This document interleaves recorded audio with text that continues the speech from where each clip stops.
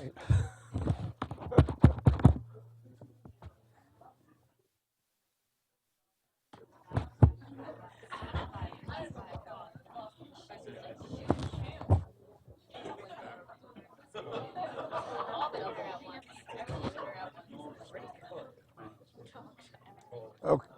Okay, welcome everyone. I'd like to call the meeting to order, and because of a lack of a quorum, we will not be able to conduct any official business today. Mrs. Williams was here when I'm ill, the president of the board.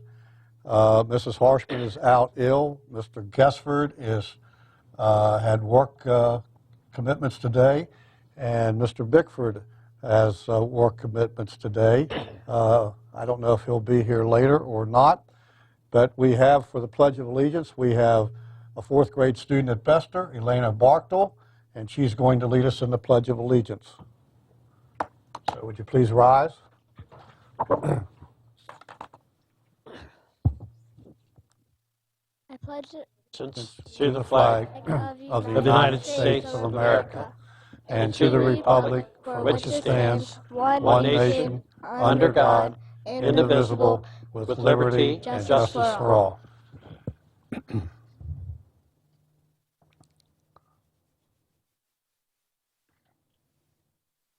Thank you. Elena, now we get to drill you. So tell us a little bit about yourself and introduce who came with you, and if you would. First I have my dad. Then I have my Nana. Hi, Nana. Then my mama. And then Miss Winders from my school. Yeah, she's the vice principal there. And you're in the fourth grade, and we always, I'm always curious, what's your favorite subject? Gym. Physical education, okay. Athletes are all shaking their heads out here. Do you like social studies? You do? Yeah, you're a good girl. Anything else? What do you like to do for a hobby? Anything? Pardon me? Gymnastics. Gymnastics. Yeah, I heard it, yeah. Do you go somewhere to do that, like 4-star? I mean, I know they have it. Sorry. Do you? Uh-huh. What's your best event? Floor and vault.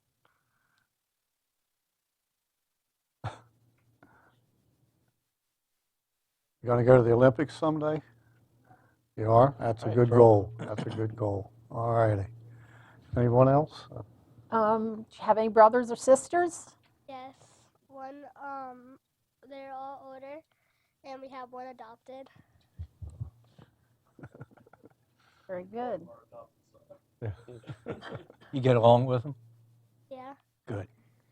They take care of you? How about pets? We have one dog and 2 cats. Very nice. What kind of dog do you have? A lamb. Black lab? Oh yeah, my son's got one, and he's a crazy dog. He's crazy. His name's Otis. Okay. Anything else? Well, we thank you for coming. We thank you all for coming also, Mrs. Winders. Appreciate it. Thank you very much.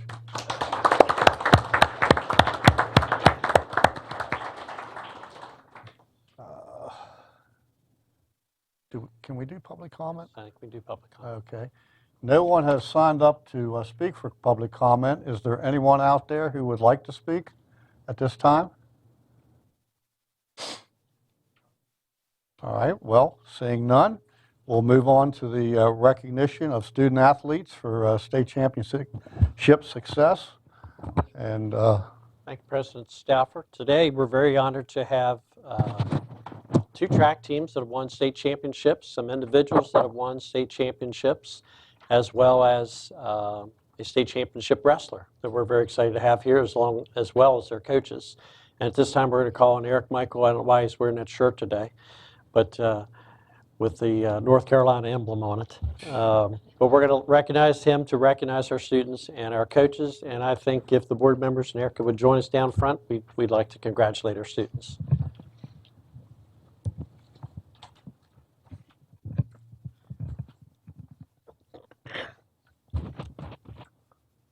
Lauren.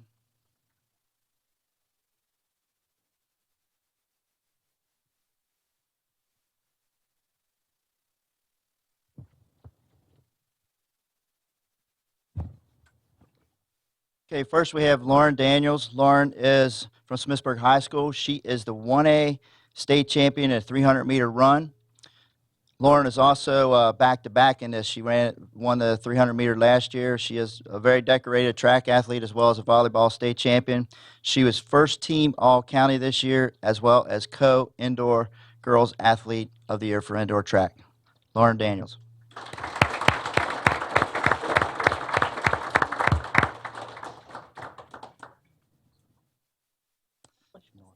Congratulations. Okay, Aaron Brooks.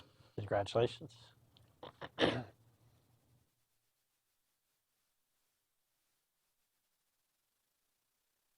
Okay, Aaron Brooks is a wrestler from North Hagerstown High School. He was the 3A, 4A, 160-pound weight class champion for 2017. Aaron was also first team All-County. He was the county wrestler of the year. Aaron finished this year with a 47-0 record. He has a career record of 135-2 at North Hagerstown, three-time state champion, and just in the past couple weeks, he was also three-time in 152-pound weight class, correct? National High School Coaches Association champion, Aaron Brooks.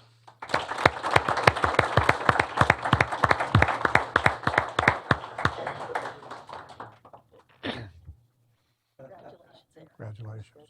Okay, while Aaron's going, Boonesboro boys track team, you guys can go ahead and line up and come up this way. They come back to you. Also like to recognize while we're transitioning here with Lauren today is her head coach, Ray Shriver, and assistant coach, Coach Keplinger. Also, Coach Slick is back here with Aaron today.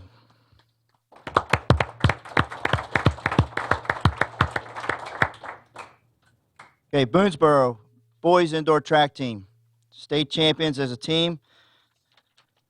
We're going to go through, we're going to introduce the team, and we also have some individuals on this team as well that we'll recognize.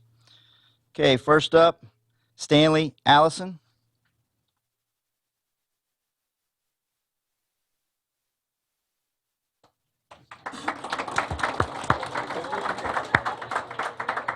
Billy Anderson.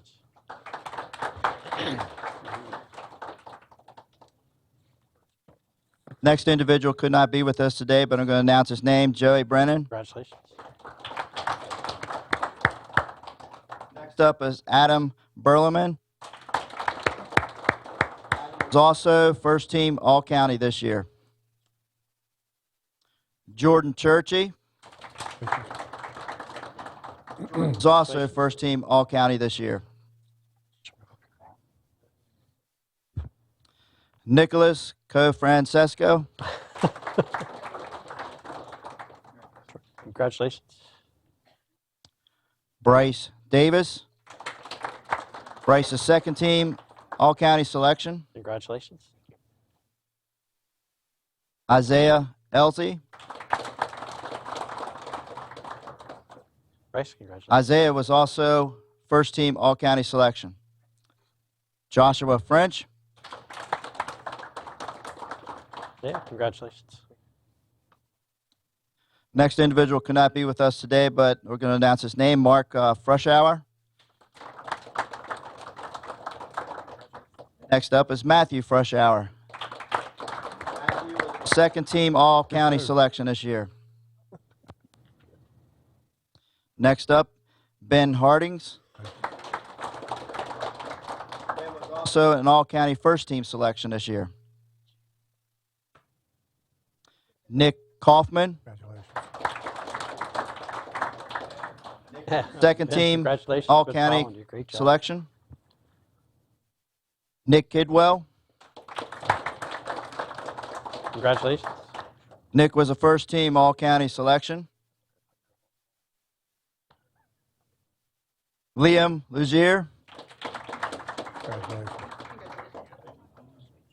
Big boy. Congratulations.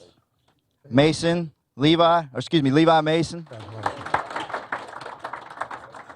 Congratulations. Donovan McClellan. First team All-County selection. Congratulations. Aiden McLean. 3 redheads on this team. Congratulations. Oh, congratulations. Chris Miles, and Chris could not be with us today. Congratulations. Henry Schmidt. Congratulations.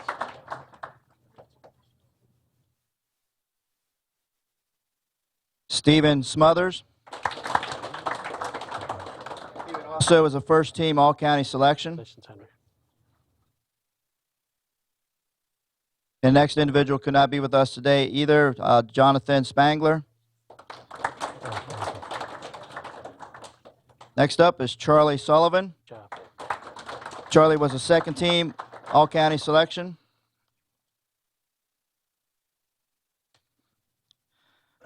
Jacob Zielinski. Congratulations. And individuals for Boonesboro, you want to, boys, come on up. I got 3 of you. Jacob, congratulations.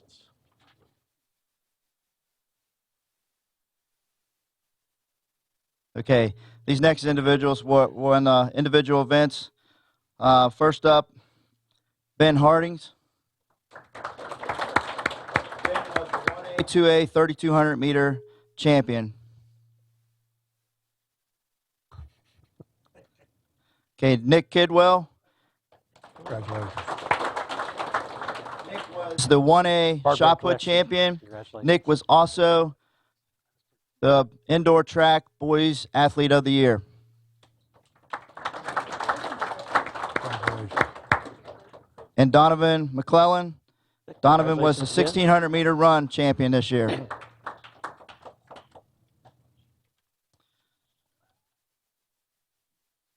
This was the boys' first ever school history indoor track championship. Congratulations again. And also, we want to emphasize we do talk in high school athletics. These are student athletes, students meeting their students first. And we want to congratulate this team. They had a GPA combined of 3.52.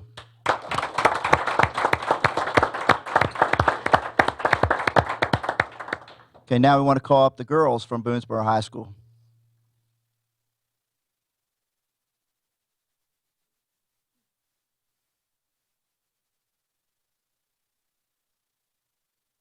While they're making their way up, the girls' team was back-to-back champions. They were 2016 indoor track champions, and now they repeated this year in 2017. Okay, first up, Kayla Often Brink.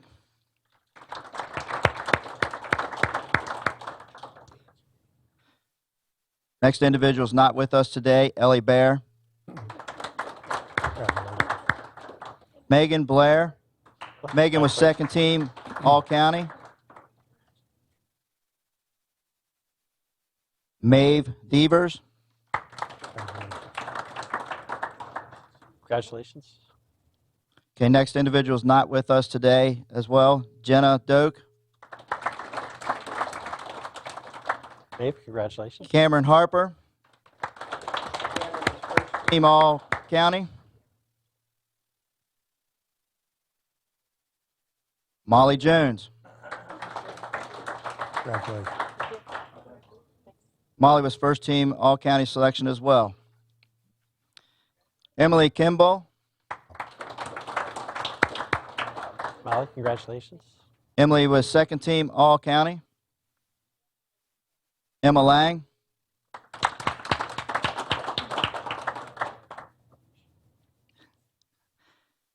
Bethany Lohman. Congratulations. Bethany was first team All-County. Aaron Longerbeam. Congratulations. Congratulations. Aaron was second team All-County.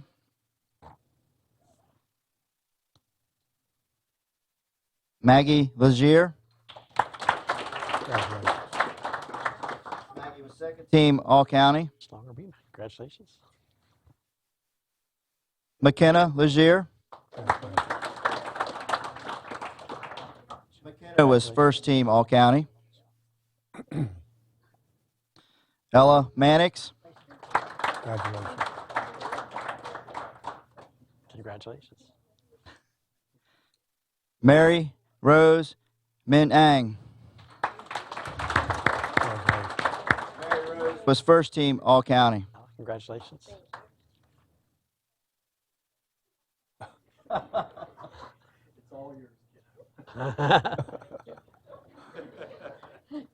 Okay, next person is not here today, couldn't be with us, Rachel Pearson.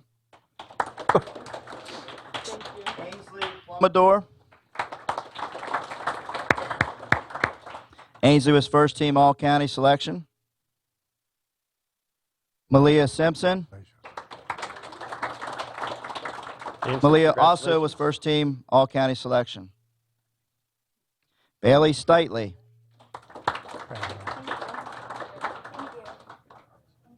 Congratulations. Ashley Turnbull. Congratulations. Congratulations. Bethany Wallace. Congratulations. Bethany was second team All County selection. Congratulations. And Caitlin Wallace.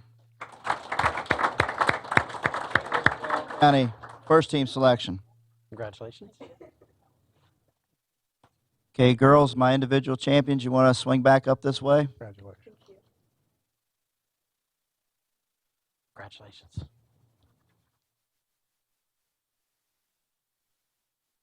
Relay team girls as well.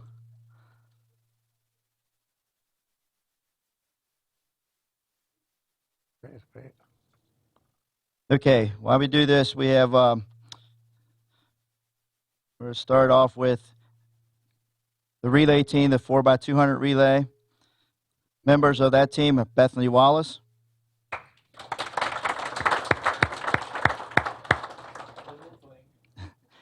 Ella Mannix,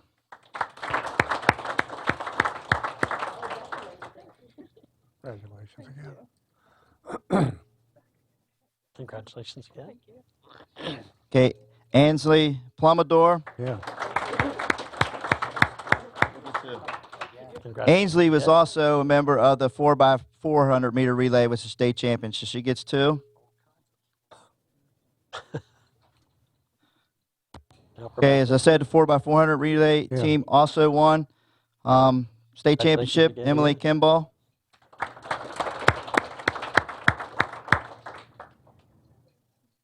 And Ellie Bear is not with us today. Congratulations again. Okay, Rose Congratulations. Mary Menang.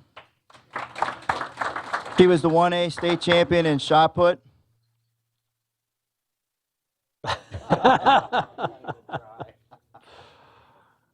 Okay, How far did you throw it? Bethany Lohman. Bethany was the 1A. 32,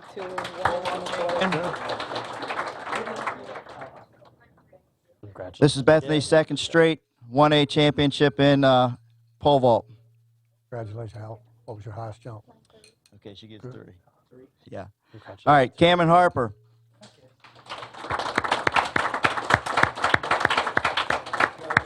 Cameron was the anchor on the 4x200 meter relay championship team. She was also the anchor on the 4x400 meter relay team. Cameron Again. was the 1A 500 meter champion this year, which was also back-to-back. She won it last year in 2016. Also, along with Lauren, she is the co-indoor track girls athlete of the year. Cameron Harper.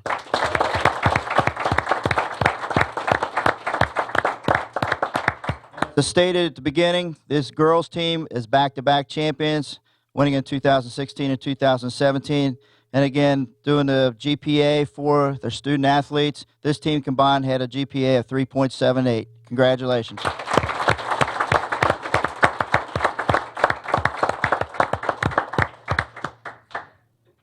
We want to give them just a minute to clear the room, maybe. Yeah. So we'll give them a minute to clear the room. Our students can go ahead and get ready to go if you want. Coach, how are you? Congratulations again.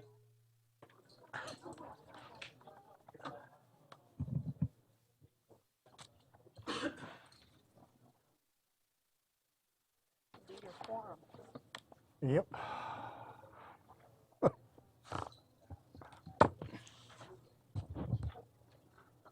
See you, champ. Did I save you? Do I get credit for saving you guys? No, I have to stay. What? I say, now I have to stay. Yeah, Good are you? Do I make a quorum? we had it all planned. Really? Now we have to work.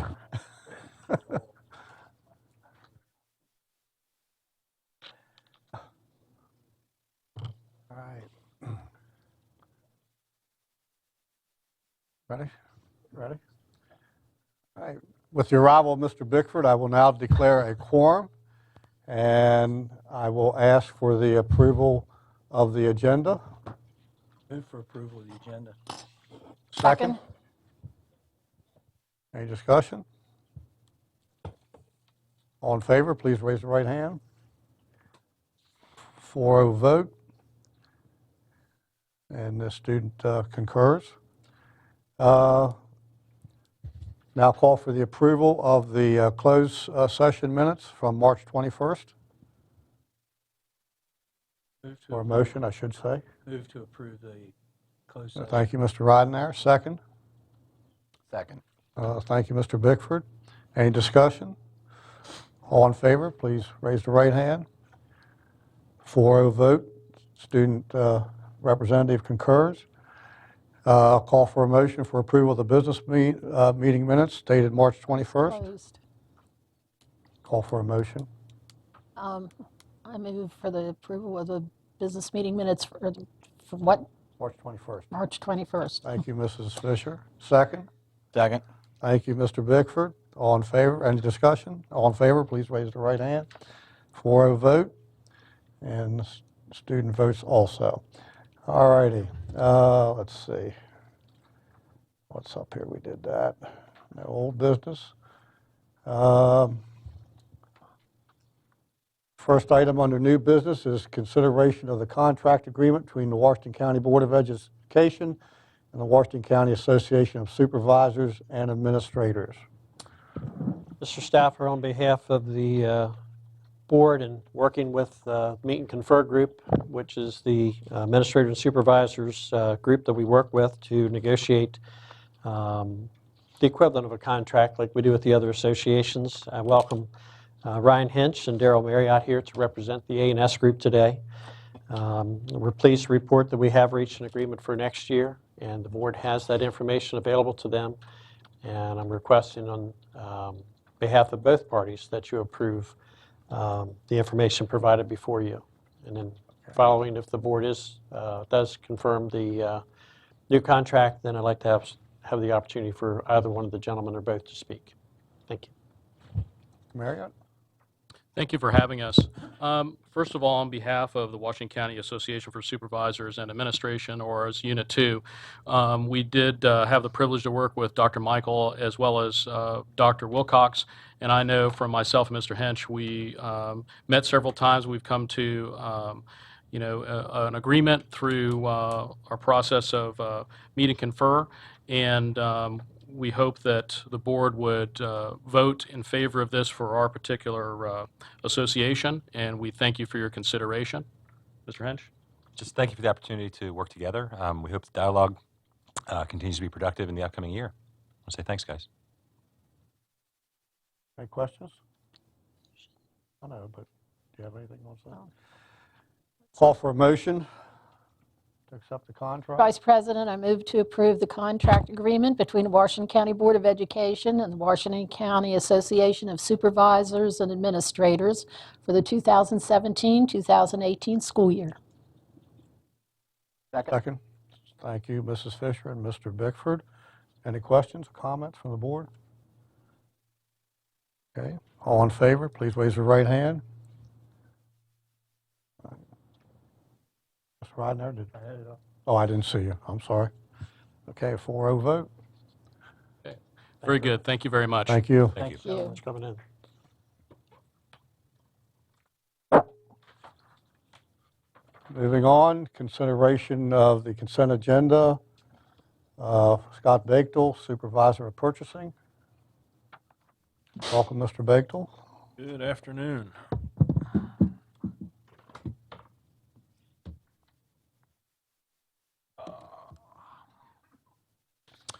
Today I have five items for your review, the details of which were included in your packets.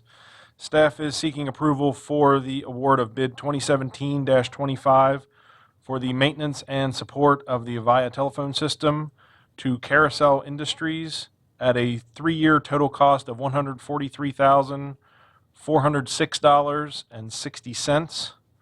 The award of bid 2017-27 for two dual-stack combi ovens to MTS Equipment at a total cost of $44,792.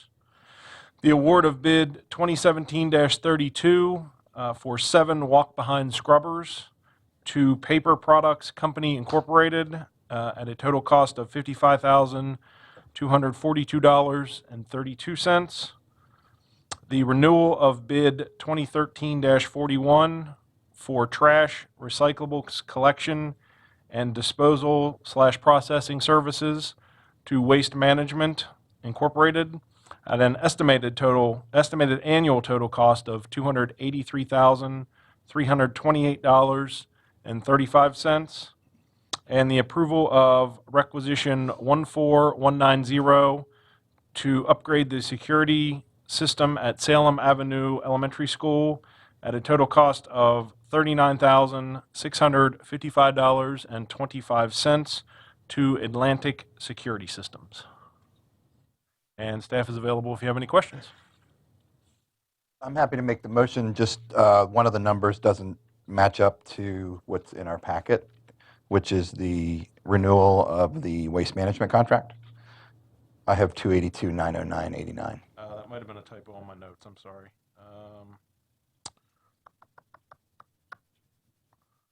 282,909.89. Okay. Yeah. Mr. Vice President, I move for approval to approve the awards, renewals, and procurements for maintenance support of Avaya, VoIP telephone system, or VoIP, I guess, to Carousel Industries at a total 3-year cost of $143,406.60. 2 dual-stack combi ovens to MTS Equipment at a total cost of $44,792. 7 walk-behind scrubbers to Paper Products Company Incorporated at a total cost of $55,242.32. Trash and recyclables collection and disposal processing services to Waste Management Incorporated at an estimated total cost of $282,909.89. And security system upgrade at Salem Avenue Elementary School from Atlantic Security System at a total cost of $39,655.25. Thank you, Mr. Bickford. Is there a second? Second. Thank you, Mr. Rodnair. Any discussion? Any questions? Could you just talk a bit about the fact that the grant funds under the dual stack ovens, you know what that comes? Mr. Prue will. Good afternoon. Good afternoon. FNS, Food and Nutrition Services, has been lucky over the last couple of years to apply for and receive USDA grant funds for equipment replacement through Maryland State Department of Education. So this is, I believe, the 3rd year running we've had equipment from the federal government or money from the federal government to replace some of our dated equipment. Great. I mean, that covers the majority of the cost, so. It does. Wonderful. Thank you so much. Sure. Yeah, go ahead. Bid number 5 for the security system upgrade, was that on a continuing contract, or was there only one bidder, or what? No, that was a bid. The bid was done in 2013. It was renewed last year. This is just an expenditure over $25,000, so we bring those to the board. It's on a continuing, okay, thank you. Anyone else? Mr. Rodnair, anything? I'm good. All right. Discussion is ended. Call for a vote. All those in favor of the motion, please signify by raising the right hand. 4-0. Student concurs. Thank you very much. Thank you. Thank you. Dr. Michael. Okay, thank you, Vice President and Chair today, Mr. Stauffer. Today we're going to have an update on our Safe School Committee and Gang Force group. We have a number of representatives with us. I'll ask them to come to the table. They'll introduce themselves. Obviously, safety of our students, our community, our teachers, our staff is very important to us, and you'll see a little bit of that information shared today. So I'll turn it over to Mr. Ganley, and again, Mr. Ganley, if you'd introduce your guest. Afternoon. Thank you for the opportunity to present the update. With me, I have two of our school resource officers, Officer Kelly with Hagerstown Police Department and Barnhart, I believe. Deputy Barnhart with the Sheriff's Department. Steve. I also have Tim Morrow. Tim Morrow is a great asset to me here with putting things in place. He's available for me to use as a resource. He lets us put things in place and try things, and he comes to me with things that he learns from around the state as well. So it's a good team effort. So I wanted to have an opportunity to bring some extra people here with us, so if you had any questions. Cameras are something that we're always reviewing. If you look at the floor plan up on the screen, that's a project that we recently completed. The green dot on the floor plan is an area where the principal wanted to have camera coverage. In years past, it would take 4 cameras to give the coverage that they requested. With the new system in place, looking at the center view, 1 camera with a 360 view gives us all the hallways. So no longer do we have to put 4 cameras, run 4 wires, and the expense of the maintenance on 4 cameras. If the principal wants to look down and say hallway to the upper left, we're still recording the other 3 hallways. In the years past, if we had a portable camera that moved to a specific area, we would lose the ability to view and record the other areas.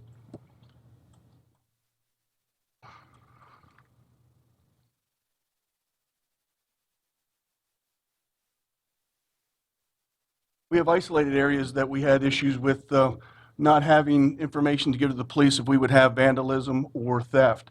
With the new system, we are able to put low-light cameras, and our maintenance department has put minimal light in those areas so we can have a recording. If something would happen at some of our priority areas where we have equipment stored, we're able to have something documented to help us with the investigation.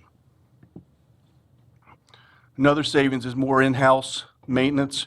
Our work order system includes the cameras now. So if a school loses a camera, they'll put a work order into the help desk. They'll assign it to either a technician or someone within the technology department. If they bring it online, it's usually quick. If they can't, we still have the option to contact our contractor, and they can do an on-site visit. We use the cameras for more than just safety and security. Dr.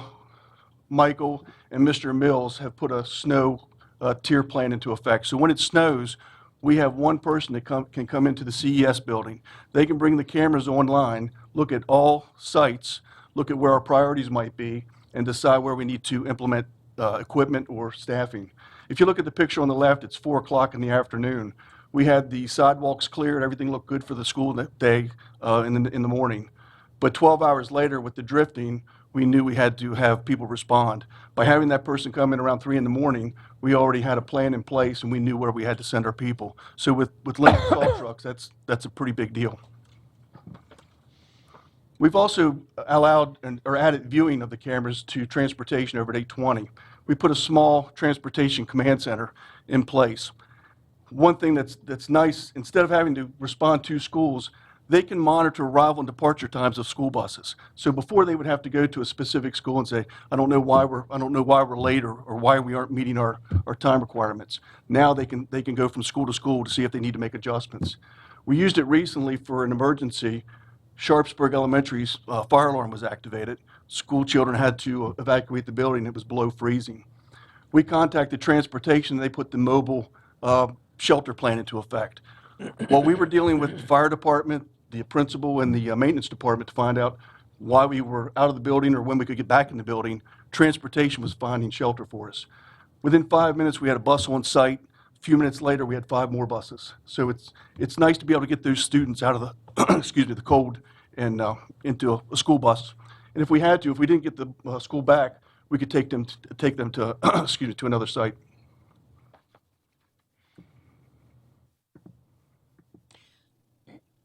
We continue to work with our vestibule project. We'll be adding 4 more vestibules early summer. It's nice that with the vestibules, we can conduct a business-type atmosphere and still limit the number of people that have to actually come into the school. we use the electronic identification to gain access to the schools. We don't add many access points anymore. We're in pretty good shape, but we do find if we add a portable to a school site, we might have to add a door to allow the people back into the main building. Or if we do a drill and we find out that too many students are trying to do a reverse evacuation to one point, we might have to add another location so we can get them back in the building more quickly. Technology is great. It really helps with our safety plan, but our true value is the staffing at WCPS. We have safety committees at all our schools. They meet at least 3 times a year. They discuss the safety plan for the school. They discuss concerns that the staff may have, and they work with the school resource officer to see if there's any training or anything that they need to change at their location. We meet with front office staff representatives to find out what they think the best practices should be. What are we missing? What are they seeing that we need to know about, and what changes would be beneficial to them? We still use the Safe Classroom worksheet. It's a worksheet that we developed with the assistance of the fire marshal. It allows the teacher to do a self-evaluation of the classroom.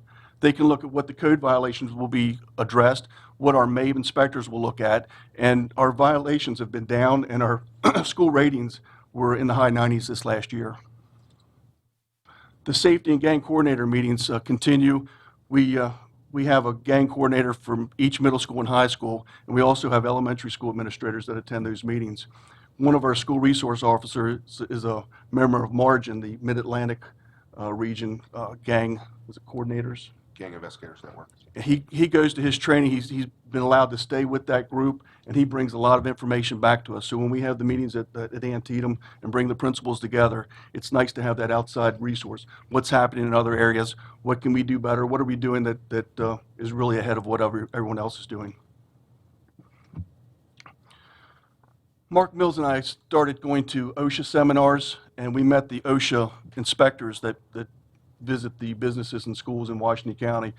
And after our discussions, we realized we had some areas that we needed to address and we could resolve with training.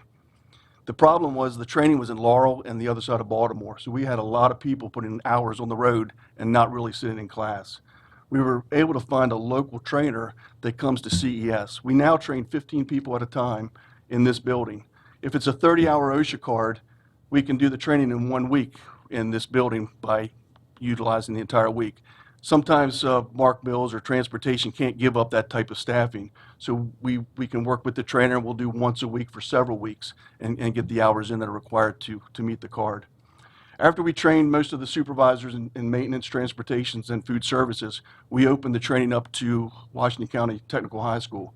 It's a school, but it works in a business atmosphere in a lot of ways. There's a lot of things that happen at Tech High that will go into the OSHA realm when they get out into the business world. So we want to make sure that everybody is doing the training now that's required, and they're setting a good example in our buildings.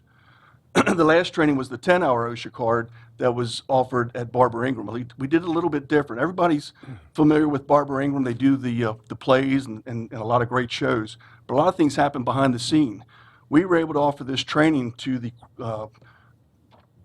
technical crews, the maintenance crews, and the people that do the radio work behind the scene. By doing that, they got the training that was required for the small electrical equipment.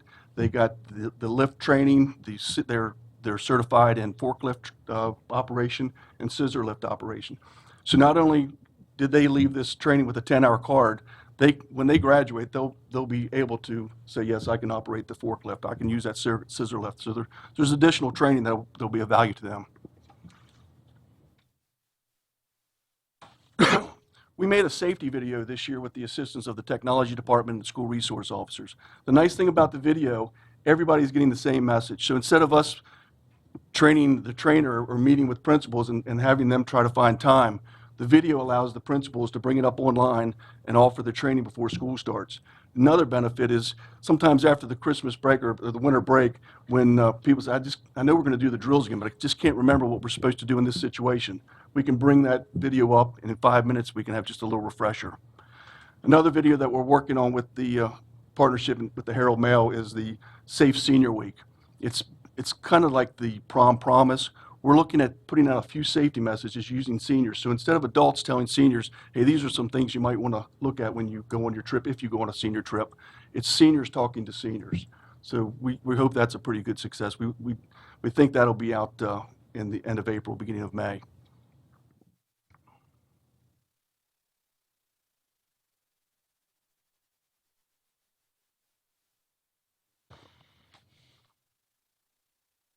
We're done.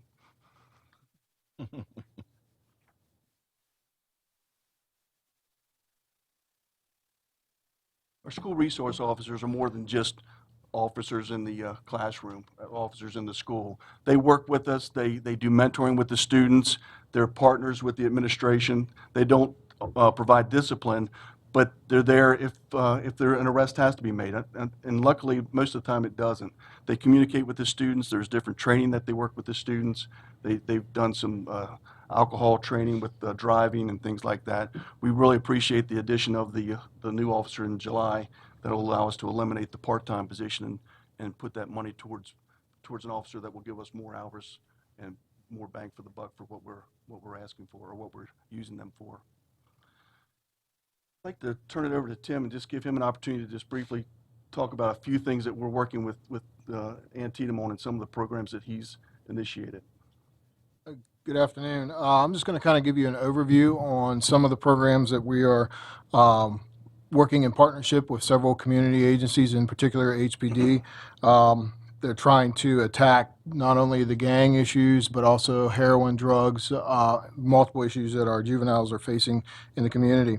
Our first thing is we started this last year. It's called peer-to-peer presentation. Many of my students, of course, as many people know, have had challenges in their lives.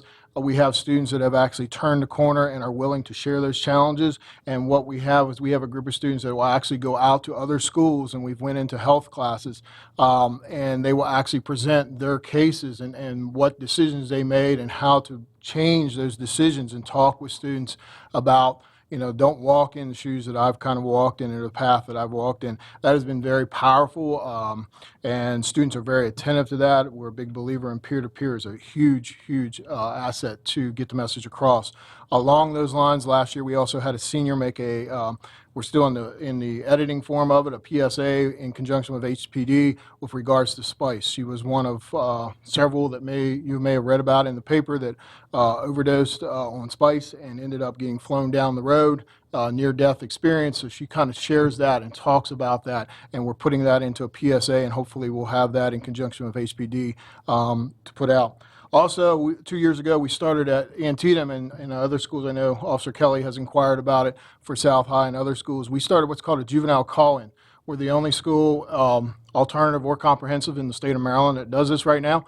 It started in California. Basically, we bring students in an afternoon, and we tie it into our family night, but we have a motivational, inspirational speaker who provides a nonviolent message. Usually that speaker has either had similar backgrounds or may not have had similar backgrounds, but has insight on changing your lives. They could be national, they could be local. We just recently had one in February, and we're getting ready to have another one in May. We've had Steve Fitzhugh as a former NFL football player, Victor Woods, who was a convicted felon, and some local folks also. In addition to that, we bring in community partners, and our students are allowed to look around and meet those folks and kind of connect. Again, the idea is giving them options, positive options in the community, other than negative choices and negative options or no options whatsoever. We tie that in with our family night and do that evening, bring in our families. Usually it's standing room only. Of course, we feed them, but that presenter does another presentation, and usually it's tied in as a parent. How can I help my child? So that's been a big thing and a huge success that we've partnered with HPD on. Also, this year we were the first, and proud to say the only school in this area, the first alternative school, really, I believe, in the East Coast. We hosted the first student cop dialogue. That's what it's called. We had 7 to 8 of our students sit down with 7 or 8 street officers, and they spent most of the day with the Washington County Mediation Center. This was done in conjunction with them and the Maryland Mediation Center, and did a facilitated dialogue trying to bridge the gap between police and juveniles, and it was very powerful. Many of the students left there. They cannot speak about what they shared. That's all confidential personal information, but as I kind of polled them about what you think, so forth like that, They were really, really excited. I know one officer even sent an email that he would do anything to keep this going. It was a huge success. We have another one scheduled because the demand is there. We're trying to bridge that gap and build those community relations, and that's going to be held in April, at the end of April, and then we are going to filter that out to north and south. I know they have inquired about how we've done that and how we make that work. It's very, very powerful. Unfortunately, you can't sit in and watch it because of the way it's facilitated through the mediation center. Also, HPD, along with the Police Athletic League, has started midnight basketball, which we kind of help promote. And I actually go to it along with some of the staff, and we encourage other people to come. Basically, it's done at the Salvation Army down on George Street in Hagerstown from 7:30 to midnight. The younger kids come from 7:30 to 10. We play pickup basketball. Officers, myself, other people are there, play, officiate. It's a good, positive alternative. It's free. We provide snacks, drinks, so forth like that. It's a way to bring people together without conflict. So that's another one. As far as from the safety aspect of the school, we do continual updates with our staff, training with our staff, gang awareness. I bring in either Officer Kelly or John Warden, who's the county gang analysis guys, and they share stuff with our staff. So we're up to date on the newest things with regards to that.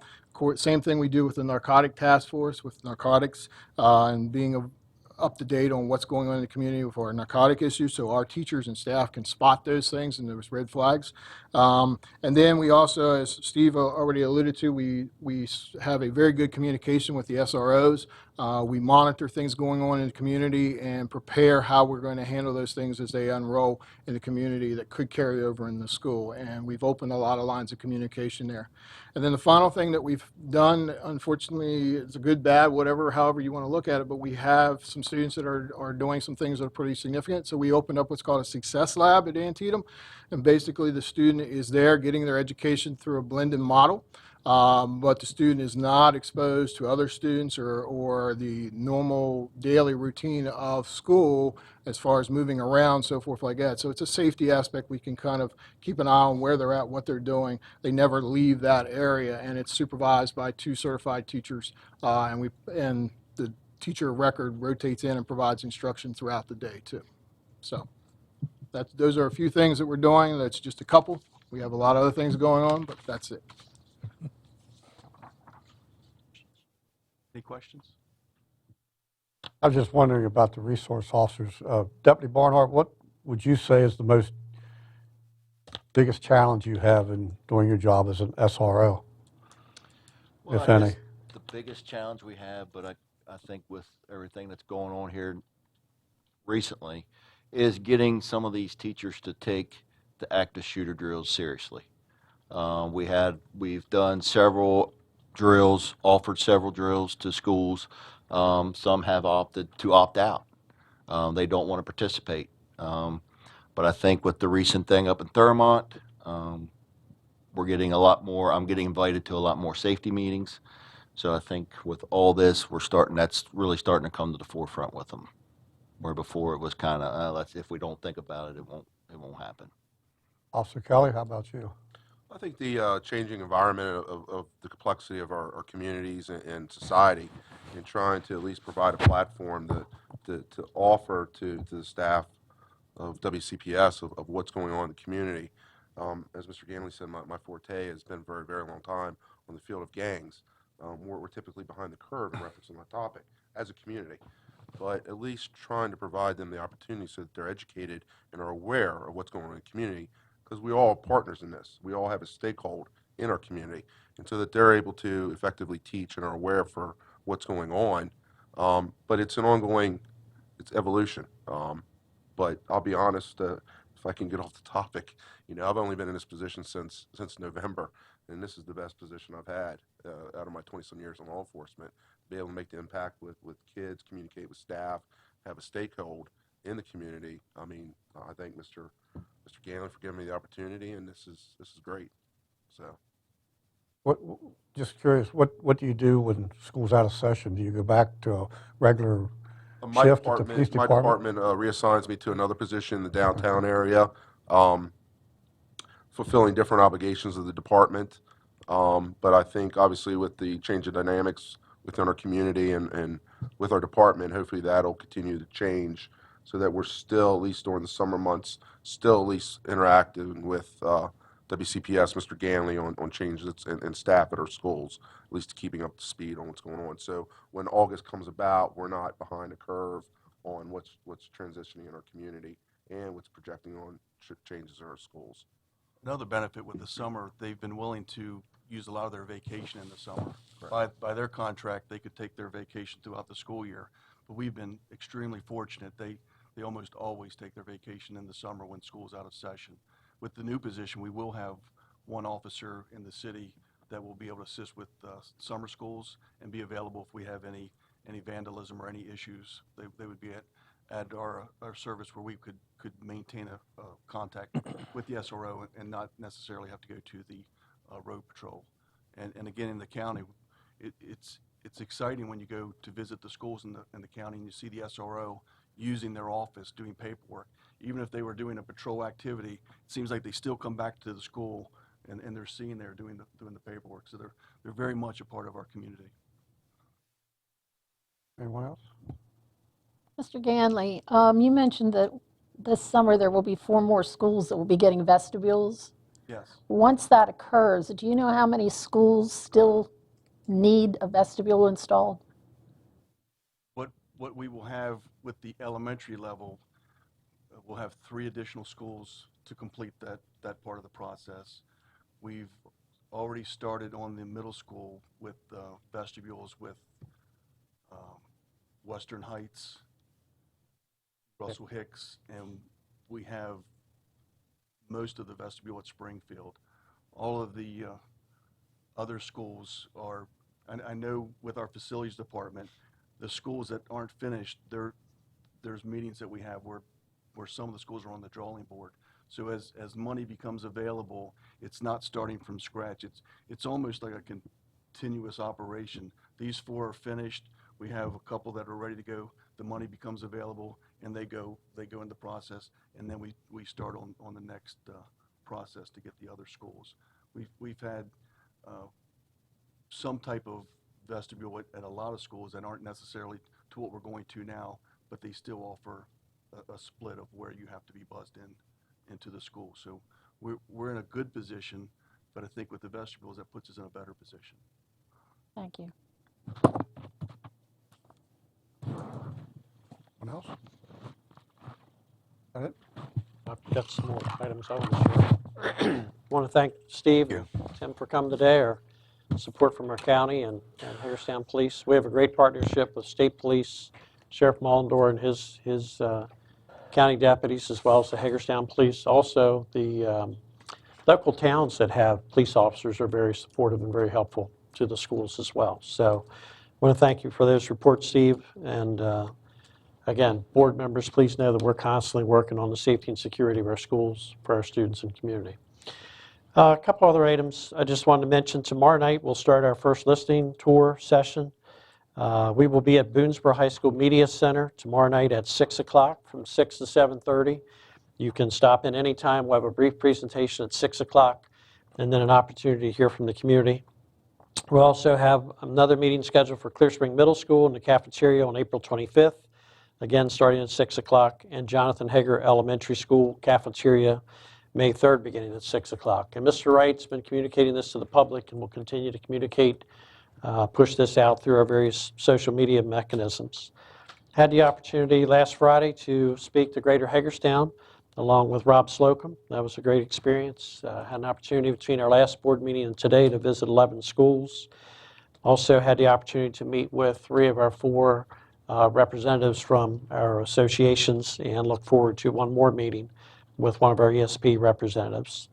We're in the process of scheduling 7 listening tours. We've identified about a dozen dates. Mr. Wright's working on logistics for that. What that will probably look like is like a 2:30 to 4:30, come and go, drop in as it's convenient to staff, ESP staff, teaching staff, administrative staff, to share thoughts, ideas, suggestions, what we're doing right, what we want to continue to do, what we want to prioritize going forward, what might be some new opportunities for us to work on.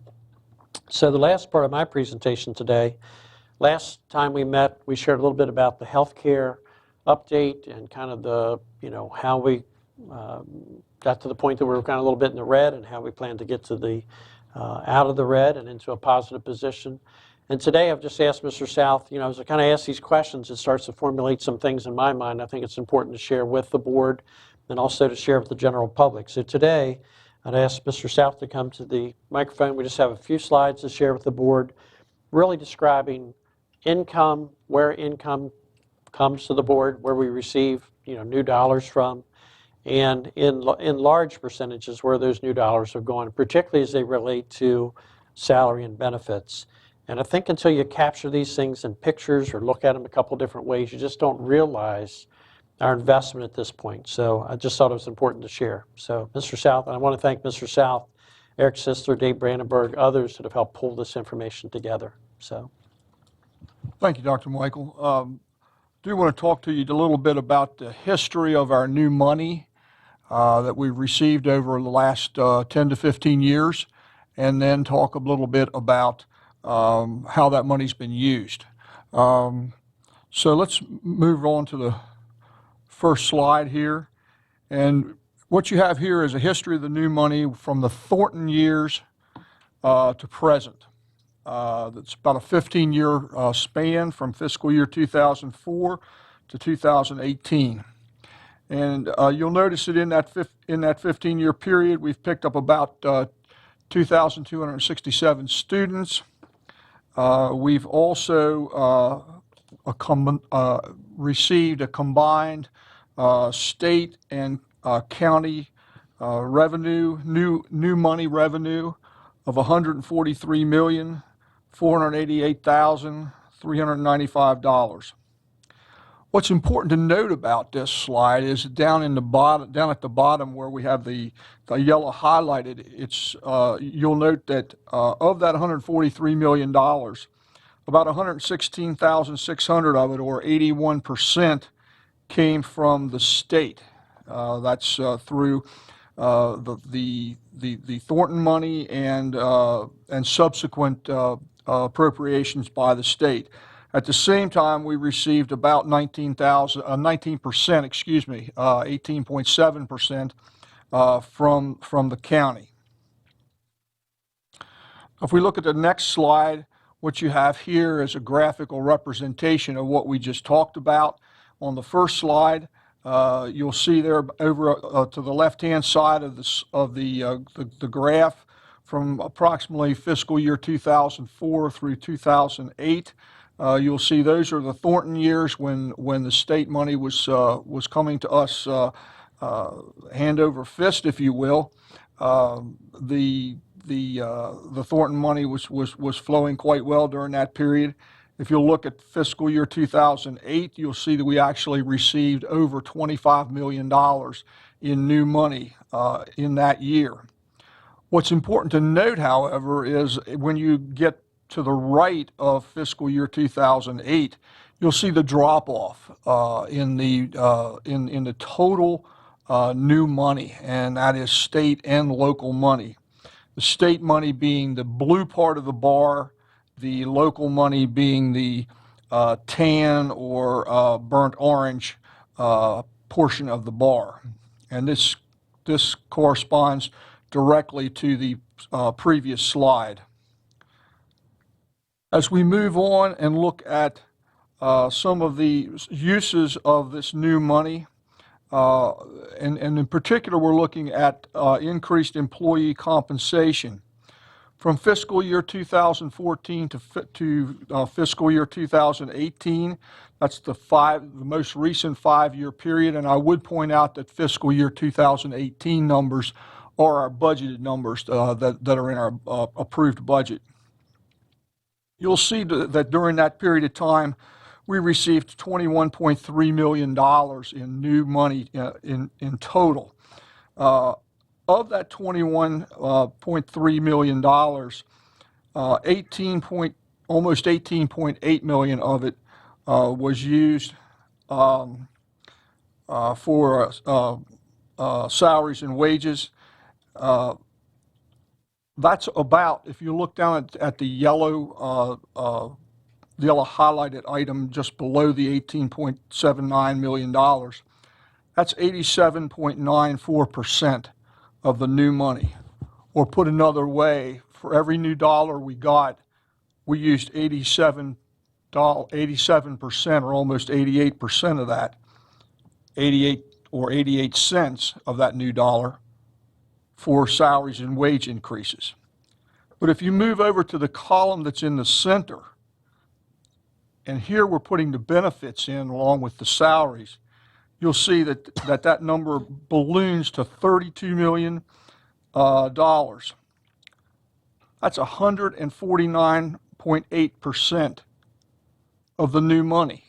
So what that tells you is that for every new dollar that we got from the state and the local or the county, the board put $1.50 into salaries and benefits. If we move over to the next slide, you'll see the most recent 3 years, and that's even more dramatic. If you look at that period of time, we received about $11.3 million in new money. $11 million of that, or almost $11.1 million of that, was committed to salaries and wage increases. That's 97 cents on the dollar. For every new dollar you got, you put 97 cents of it into salaries and wages increases.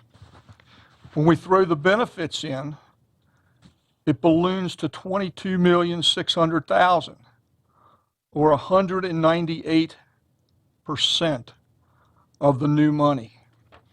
What that says is that for every new dollar that the board received, it put almost $2 into salaries and benefits.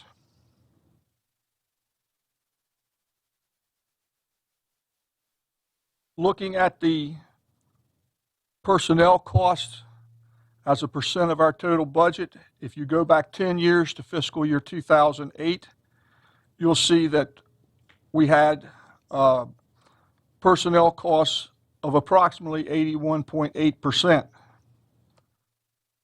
Fast forwarding 10 years to the budgeted year that's coming up in fiscal 18, that number goes up by 4.3% to 86.18%. What that tells me is where you're getting the extra dollars that you're putting with your new money to provide the salaries and benefits at $2 for every $1 of new money. It's coming out of what's left of the 86% or the 81%.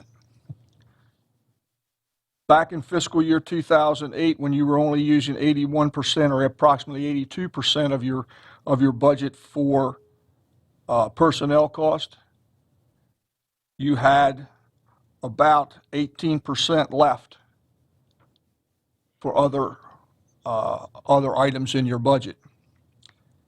In the coming year, your budget is 86% going towards personnel cost, and that means you've only got 14% left of your budget left for other items in the budget.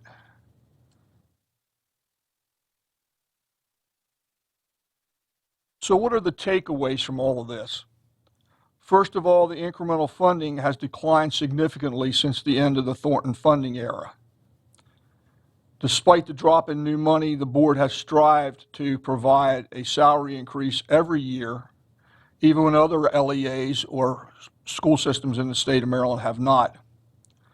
Over the last 3 fiscal years, the board has used almost every dollar of its new money to provide salary increases. Over that same period, the board has spent nearly $2 for every dollar of new money on salaries and benefits increases.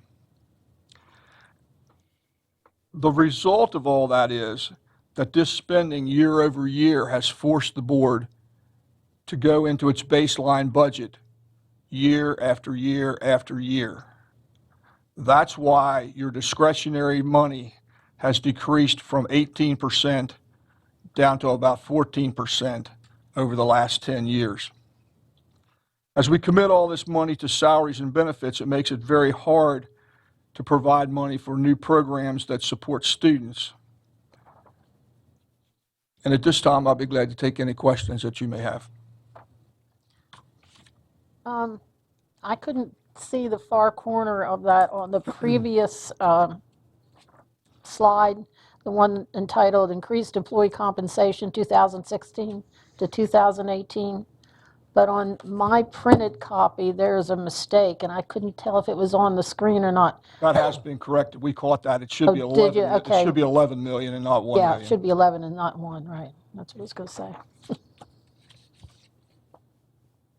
Thank you for bringing I that didn't know if it to was my on. I attention. couldn't see it this angle if it was.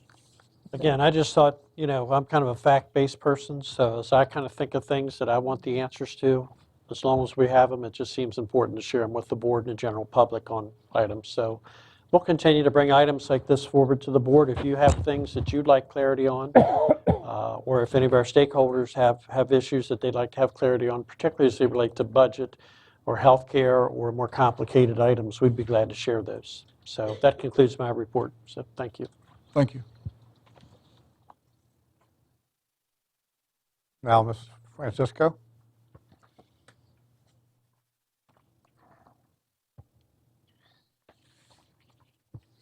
Dr. Michael, Mr. Stauffer, members of the board, as discussed earlier in closed session, there are several personnel actions today for your review and approval. We'll entertain a motion for approval of the personnel report. Move to approve personnel recommendations as presented earlier today. Second. Second. Any discussion? Any questions? All in favor, raise your right hand. 4-0. Thank you. Thank you.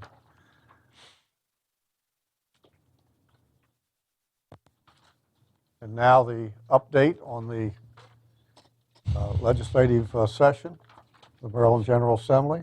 Mrs. Cade, Mr. Trotta.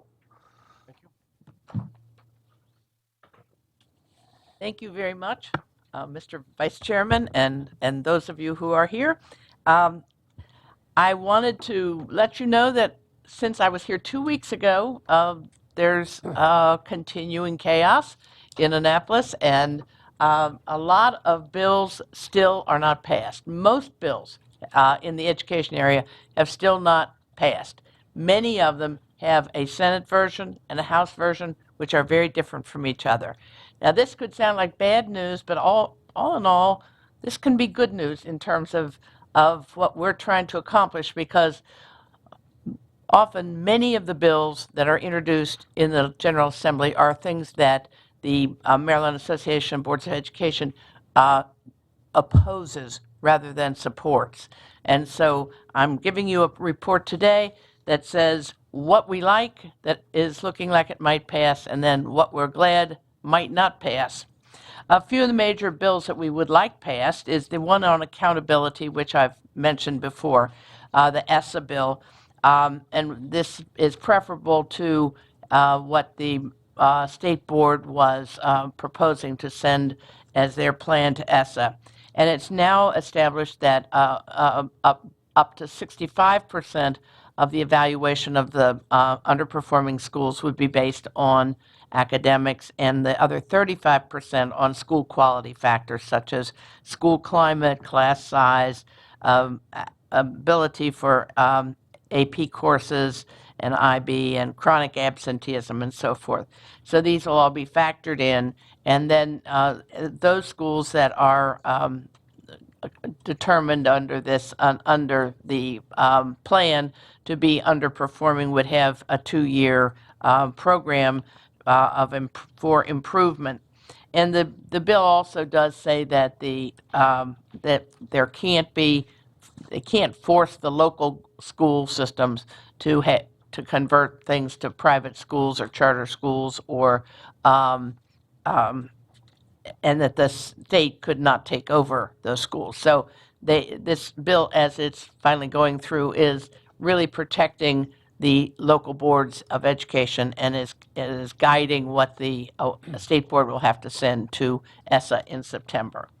Another bill that is good is the Opiate Education and Community Action Act, and it's requiring much more specific information be included in your curriculums in the health area, and that there also will be training starting in the 3rd to 5th grade level about opioids and heroin and so forth.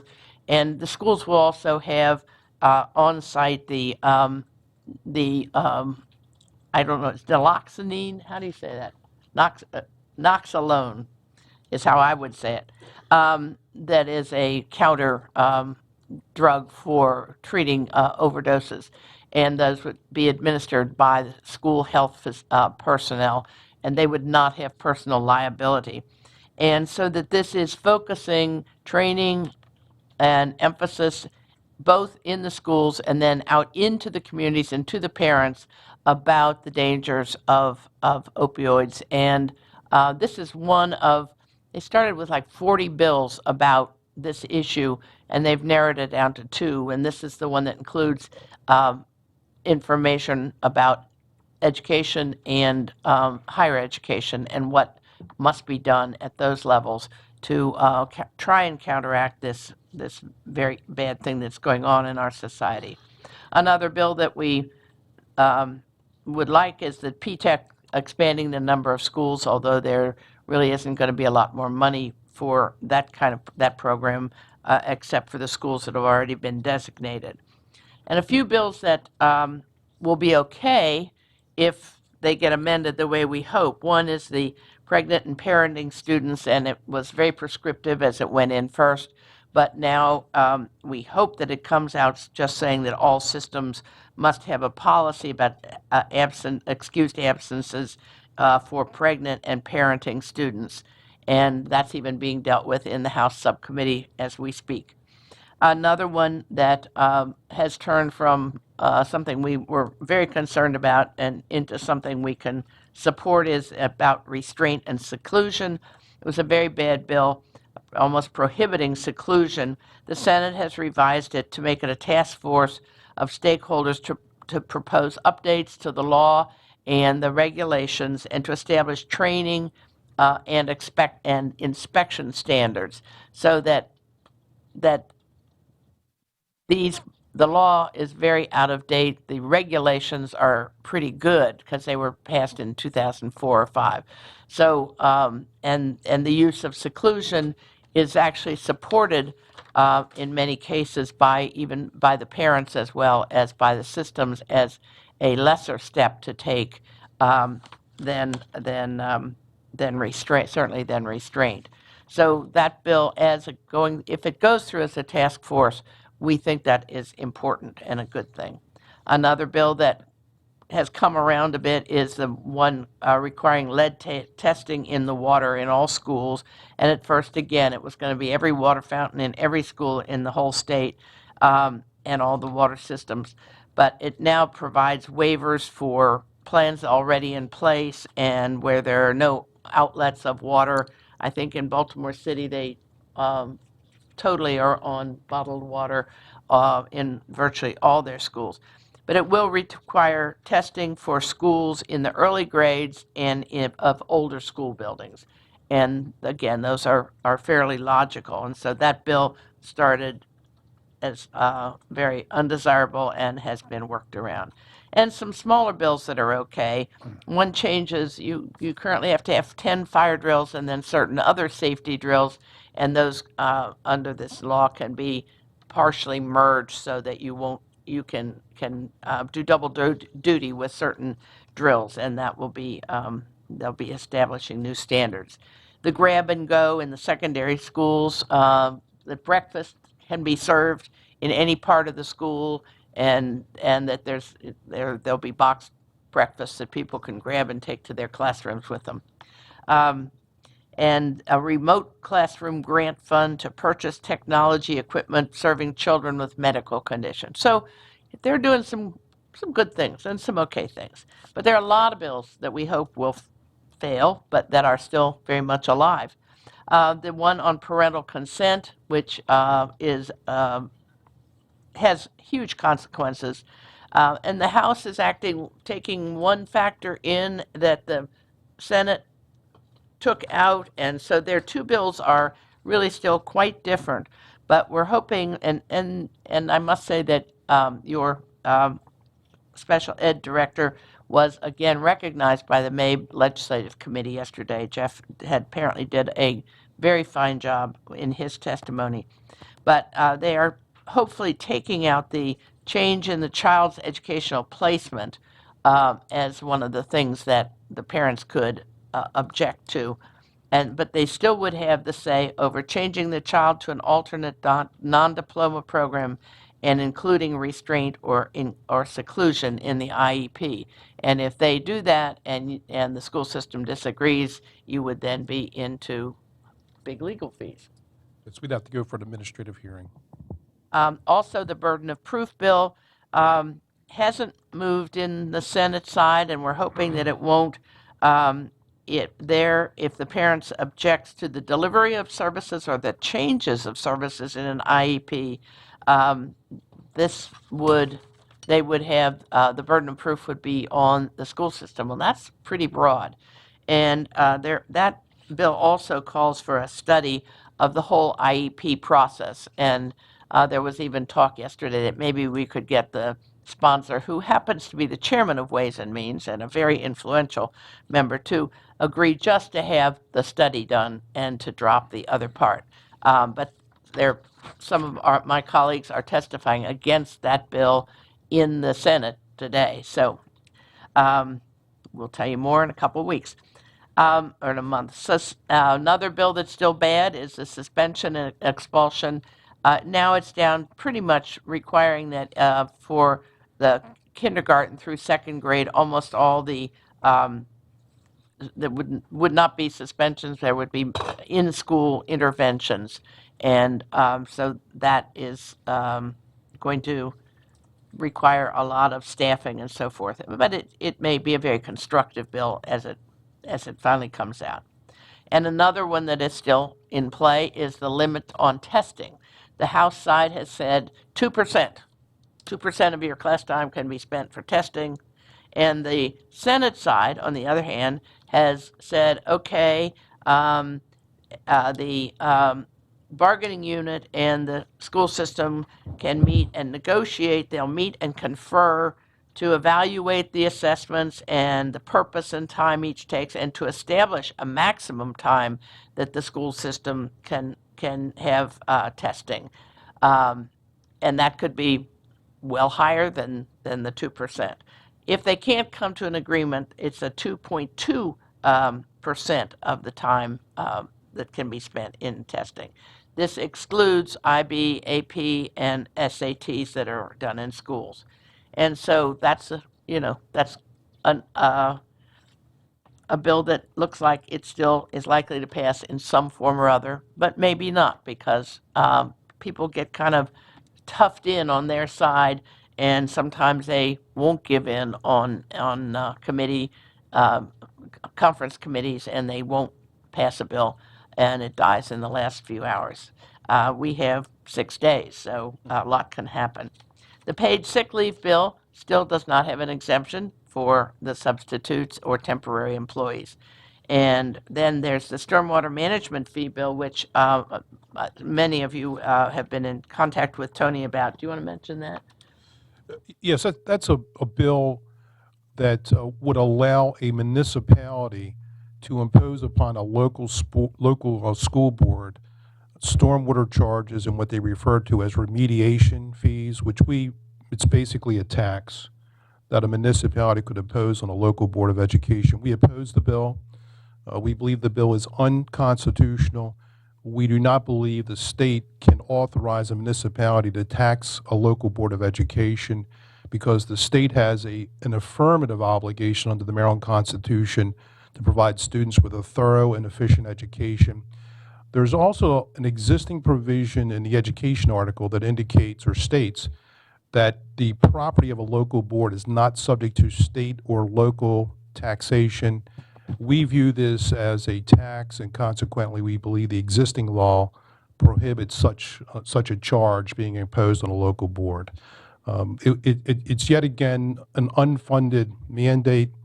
We also indicated in our report to the legislature that if they're inclined to move forward, that the state of Maryland and the local government should pick up whatever that cost is related to stormwater management. And Mr. Trotta has written some very fine testimony that others in the state are using as a basis for their objection to this bill.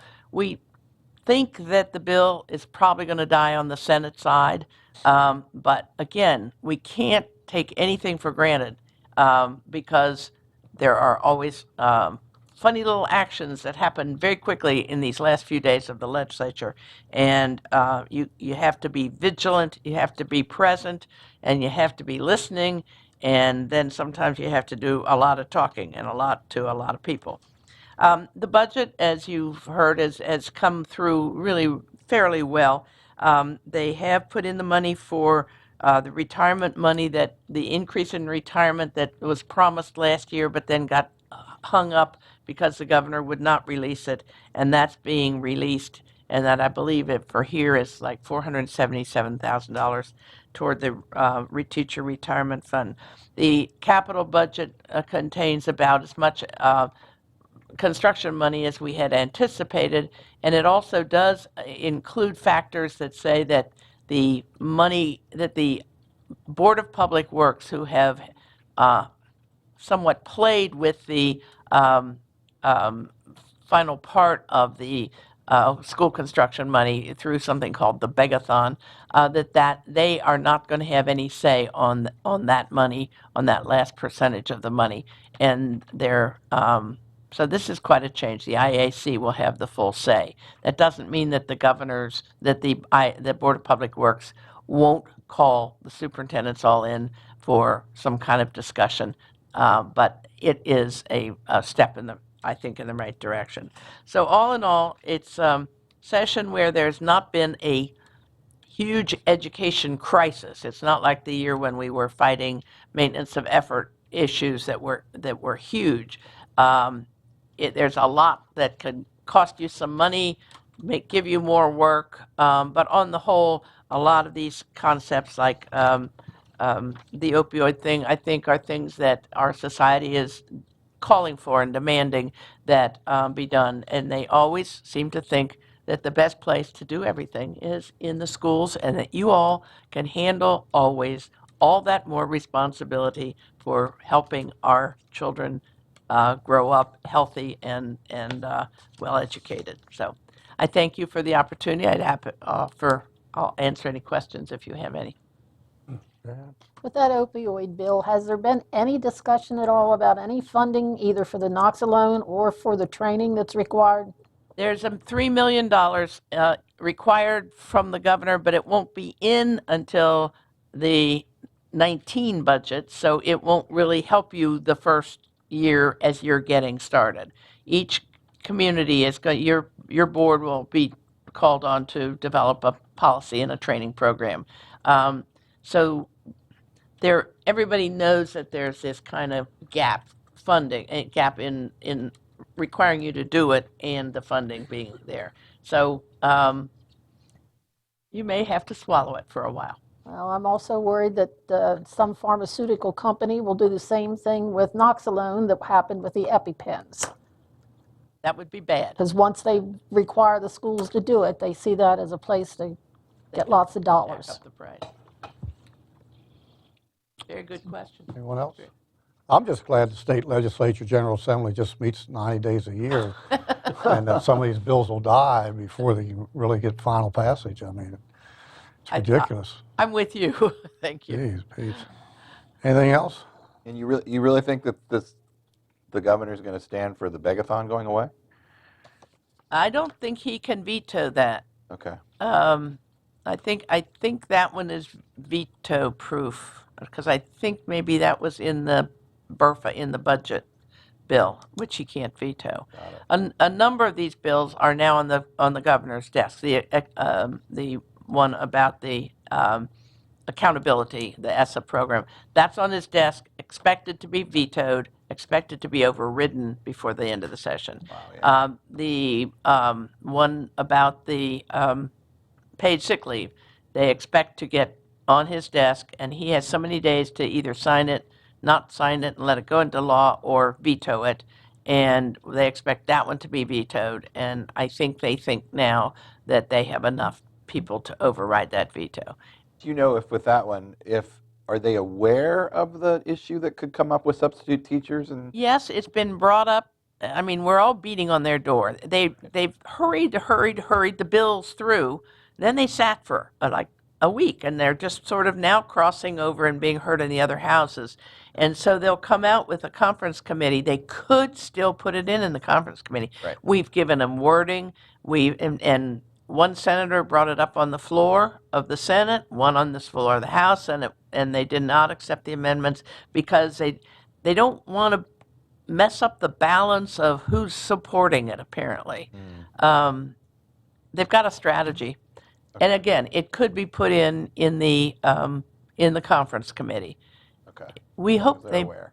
see the wisdom of doing that, because and then everybody says, well, we're going to have to refine the bill next year anyhow. So, but a year of chaos is, more than you need. Right, absolutely. So. Okay, thank you. We did submit a legislative report opposing that particular bill, and we did offer, as did the Charles County Board of Education, alternative language that would exempt teachers, substitute teachers from the category. The other provision in the bill, surprisingly, is that temporary agencies are not subject to the provisions of this requirement, which some counties have said, well, perhaps they would go to temporary agencies to find individuals to serve as substitute teachers to avoid this new cost. So that's one possible option that might be open to the local boards of education and other employers that might be adversely affected by this new requirement. Okay.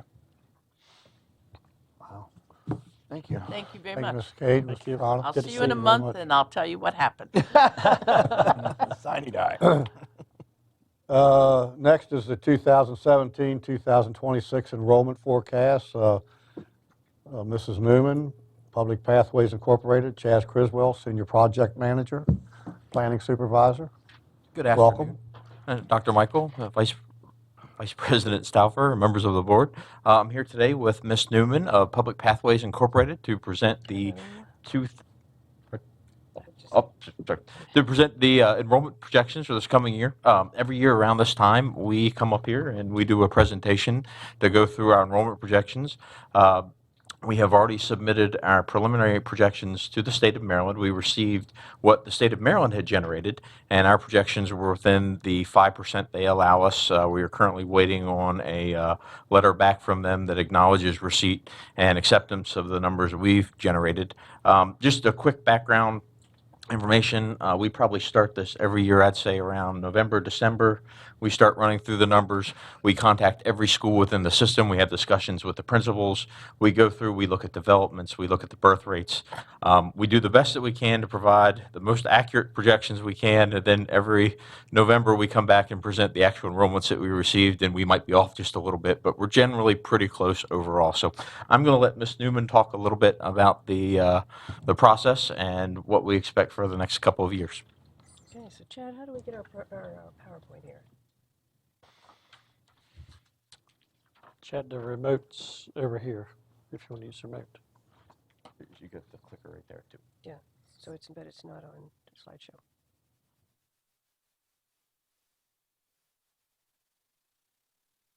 Mr. Reed, can you check and make sure we're loaded? There we go. There we go. There we go.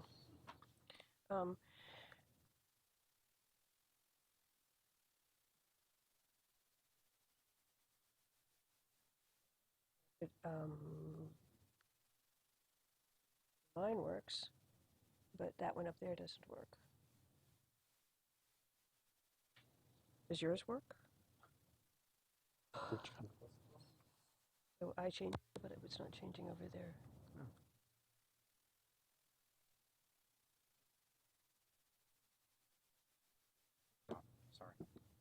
No problem.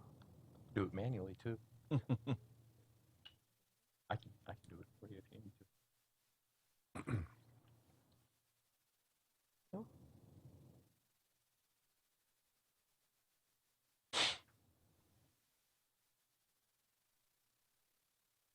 He's taken control away from us.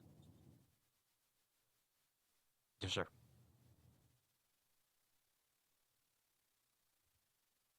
You need a little break from talking anyways, didn't you? Yeah. I think we're ready.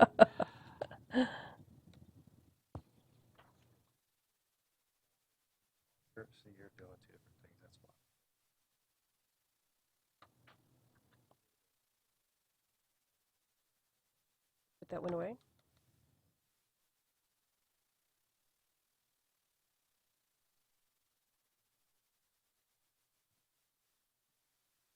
Stima, if you want to go ahead, the board I members will. actually have Why don't I- copies in I'll- their I'll just go- packets. I'll just go ahead and get started.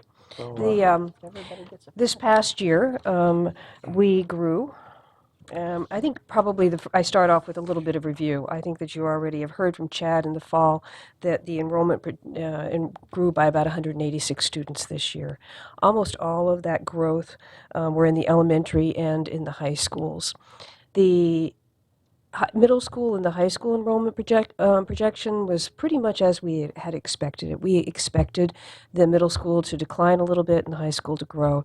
Probably our biggest surprise was in the elementary school projections, or elementary school enrollment.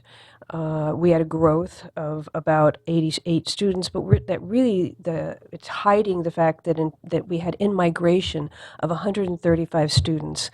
And I always think of in-migration as the net of those students who were not in the school system last September, who are in the school system this September. And what that is usually people moving in from outside of Washington County into our county.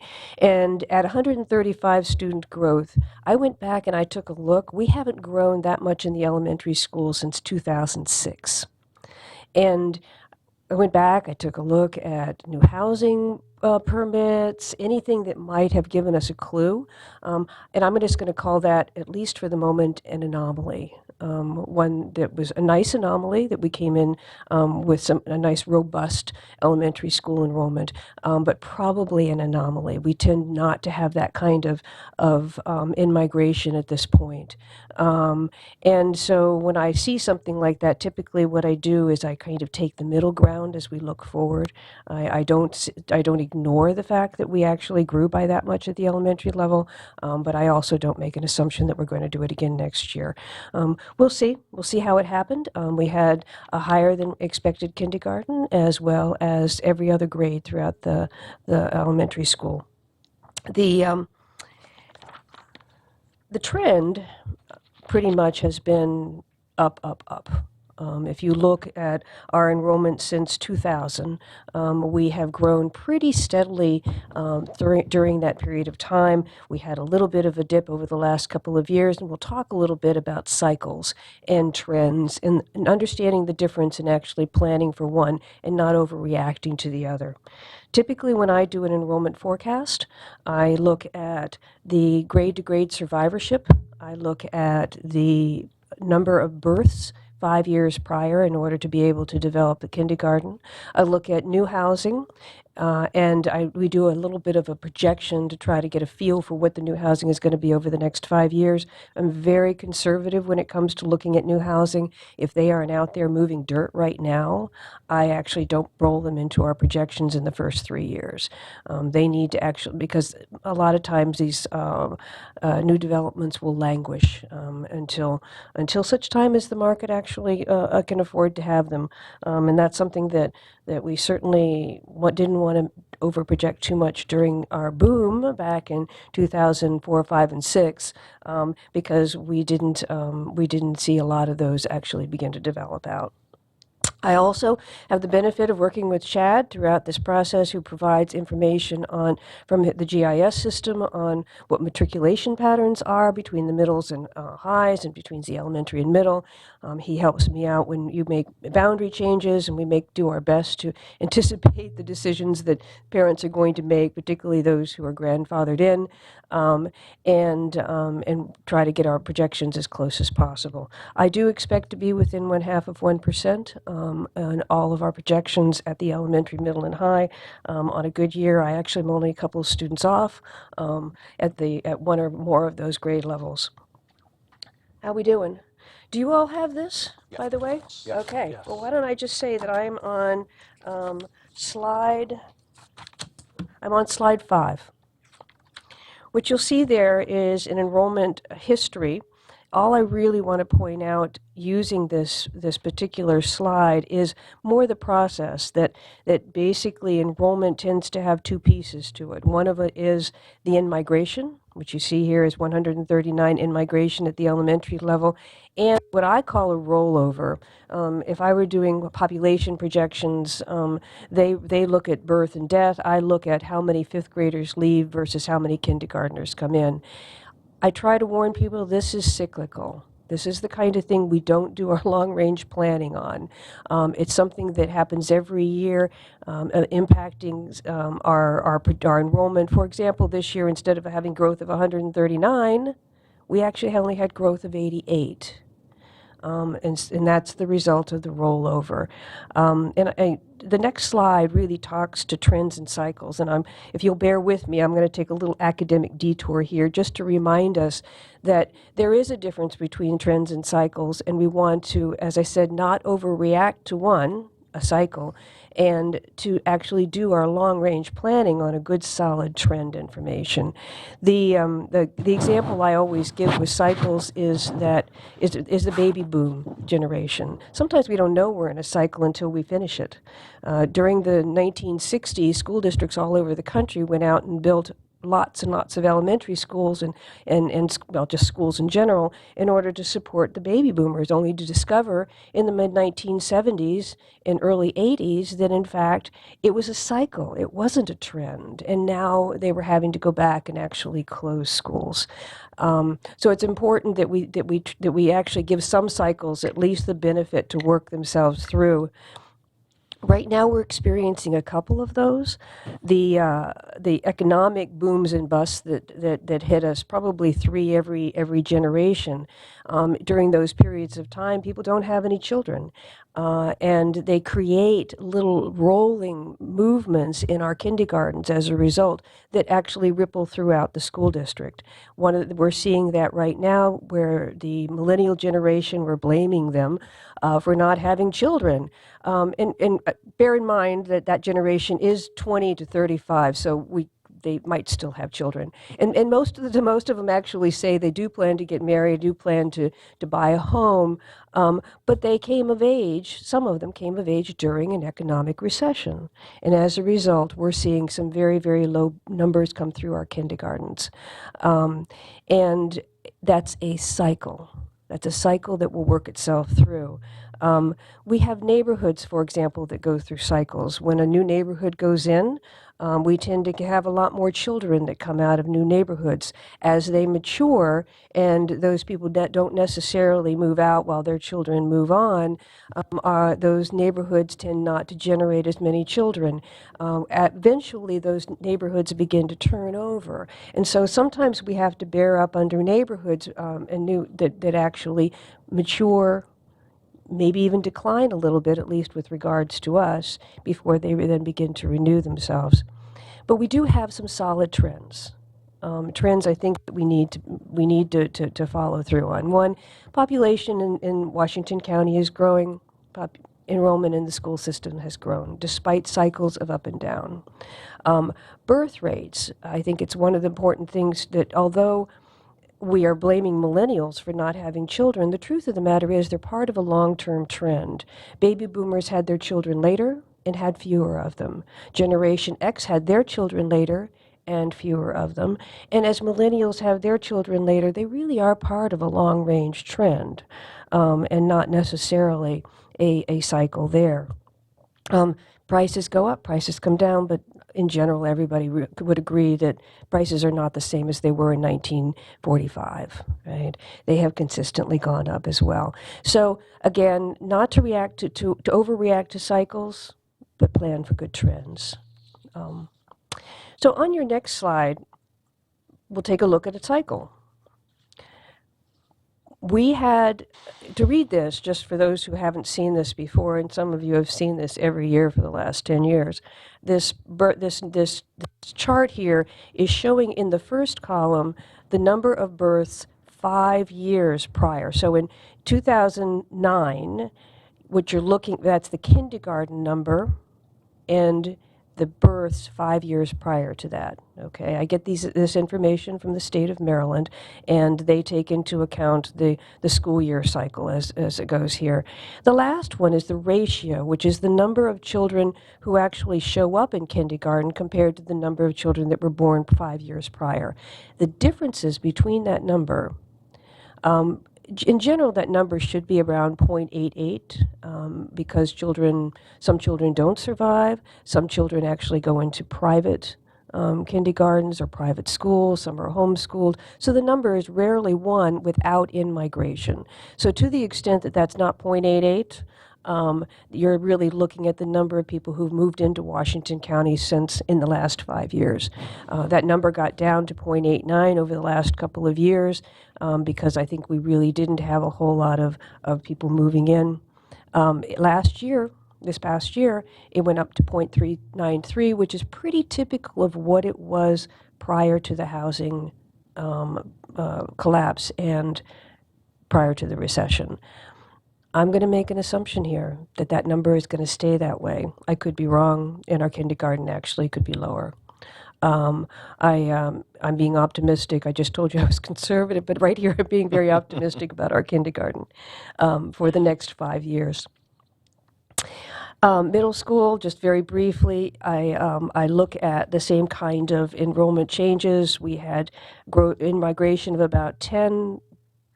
We had a rollover of minus 26, a larger 8th grade class rolling out, a smaller 6th grade moving in. We anticipated this. This was a spot on, exactly what we wanted, what we expected. At the high school level, it's a little bit more convoluted because of the number of students who move on to alternatives beyond high school graduation. We look at the 9th grade coming in. We knew that 9th grade was going to be larger than the prior year's 9th grade, and we had anticipated a small amount of growth at the high school. We also anticipate that as we in the system offer more alternatives to students like the tech school or the arts options, that we'll see more and more students actually staying in Washington County schools.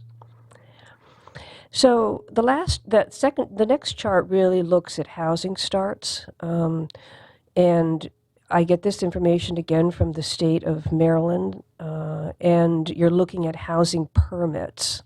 And in green are the single family, in purple are the multifamilies each year since 2009. And in the dark is really enrollment growth. And one of the things I want to point out as part of this chart is, although we do student yield information analysis on a regular basis, that information is accurate over time and over large pieces of information on a year-by-year basis. Sometimes it's totally counterintuitive. Sometimes you're thinking, wow, look at that. We had almost 300, well, we had more than that. We had 350 housing permits in 2013, and then a year later, we actually had a decline in enrollment. Again, the enrollment has so many other factors associated with it, as well as sometimes it just takes a couple of years for developments to build out and start generating the children that we anticipate. I think the student yield information is solid, just it takes time and is not automatic. The next chart, and unfortunately, if you're looking at it like I am, at 2 charts per page, you don't actually have the benefit of seeing it up on the big screen. And I actually asked Chad if there was a way in which we could show to you where the housing developments are by elementary school service area. And so that's what this chart is. And what you can what you pull from this, I mean, what's in blue are active. We track them. They vary in terms of how active they are. I took the long way in as I drove into the county today and took a weave through the south and central area. And in truth, probably the most active development we have is probably Westfields right now. And but all of these are to some degree building some houses in blue. But the other thing you see here is that there's still a lot of oranges here that have not quite revived or are in some various phase of concept and permitting process. You see a big clump of them down there in Boonesboro, but but there's an awful lot right here to the west of the city, I guess is the way I would call it. Chad, any insight? The purpose of this graphic really is just to show that we're kind of in an interesting time. There's a lot of potential development out there. It could really start at any point. So it's something we're watching. We update the facility committee regularly on these developments as we get information from the county and the municipalities. There's some other things to consider with that, though. If those developments start taking off, we would fully expect to see the bigger developments really to ramp up. So we would expect Westfields to really be pushing hard and putting out a lot more homes than what they are right now. So it's a visual graphic just to give an idea of where the developments are and some things we're going to have to potentially be faced with in the coming years as we look at enrollment and give some consideration to our schools.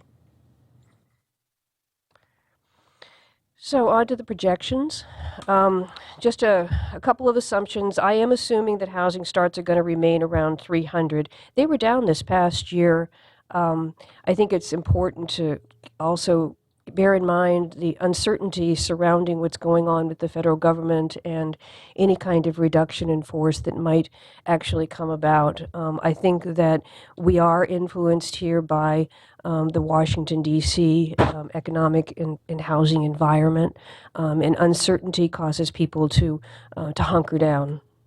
So we'll wait and see. I'm going to assume business as usual, at least for the time being here. I think, again, kindergarten enrollment will gradually increase over the next 5, probably 10 years. And I think, again, that we'll have fewer students leaving high school as as the legislation kicks in, and we offer opportunities here inside Washington County Public Schools. You actually receive from Chad the enrollment forecast, I think, on a school-by-school basis. I think it's in your packet. So I actually, and it's far too detailed information for me to go through in a PowerPoint. What I'm going to do really is just give you a summary of each one of the grade levels. The elementary forecast next year should look about the same as this year, probably for different reasons, but a growth of about 86. I think we're going to see one more year of decline due to an outgoing large fifth grade in smaller incoming kindergarten. But after that, I don't think we're going to see that anymore. I think it's going to be a pretty steady 8,500 students a year based on that housing projection. Again, as Chad says, it could go either way, right? We could become very active here with all the developments that's pending out there, or for some reason experience some economic decline in the Washington, D.C. area, which would echo in our neighborhoods. Middle school, very steady. I think probably 30 to 100 students. You see out there in 2020, 21, 22, some decline in the middle school. Again, that's the wave going through, or the trough. It depends on how you want to look at it, caused by the kindergarten dips. Outgoing 8th grades larger than incoming 6th grades is what that really is. It's a cycle, not a trend. At the high school level, I think we're going to see some good, robust growth. But beyond 2022, bear in mind, we could see that trough come through and see a little bit of decline in our high schools as well. I don't actually project special school forecasts that much. What you see here is pretty much that it stays stable unless for some programmatic reasons you as a board make a different decision. That would be true with special ed, with pre-K as well. If you were to, right now, I assume a flat pre-K, unless for programmatic reasons you make a different decision about pre-K. Overall, the forecast shows over the next 5 years growth of about 800 students. By the time we get 10 years out in 2026, almost 1,400 students. You can assume that at least half of that will be elementary, which amounts to another elementary school in the next 10 years, or the equivalent thereof in capacity. It could be, instead of one elementary school, it could be a series of small additions where, in fact, you have growth areas. This last slide here, it isn't a problem yet, and I mean, it looks like it here. The state is actually projecting no growth. They're projecting an absolute flat enrollment for Washington County. You could understand that in a way that they are just looking at incoming kindergarten, and the incoming kindergarten is flat. They have no idea what our housing market situation is here. And they tend to use a regular 5-year standard survivorship method forecast every year, giving us what they give us. So hopefully, if we continue to show a good solid trend, they will stay up with us.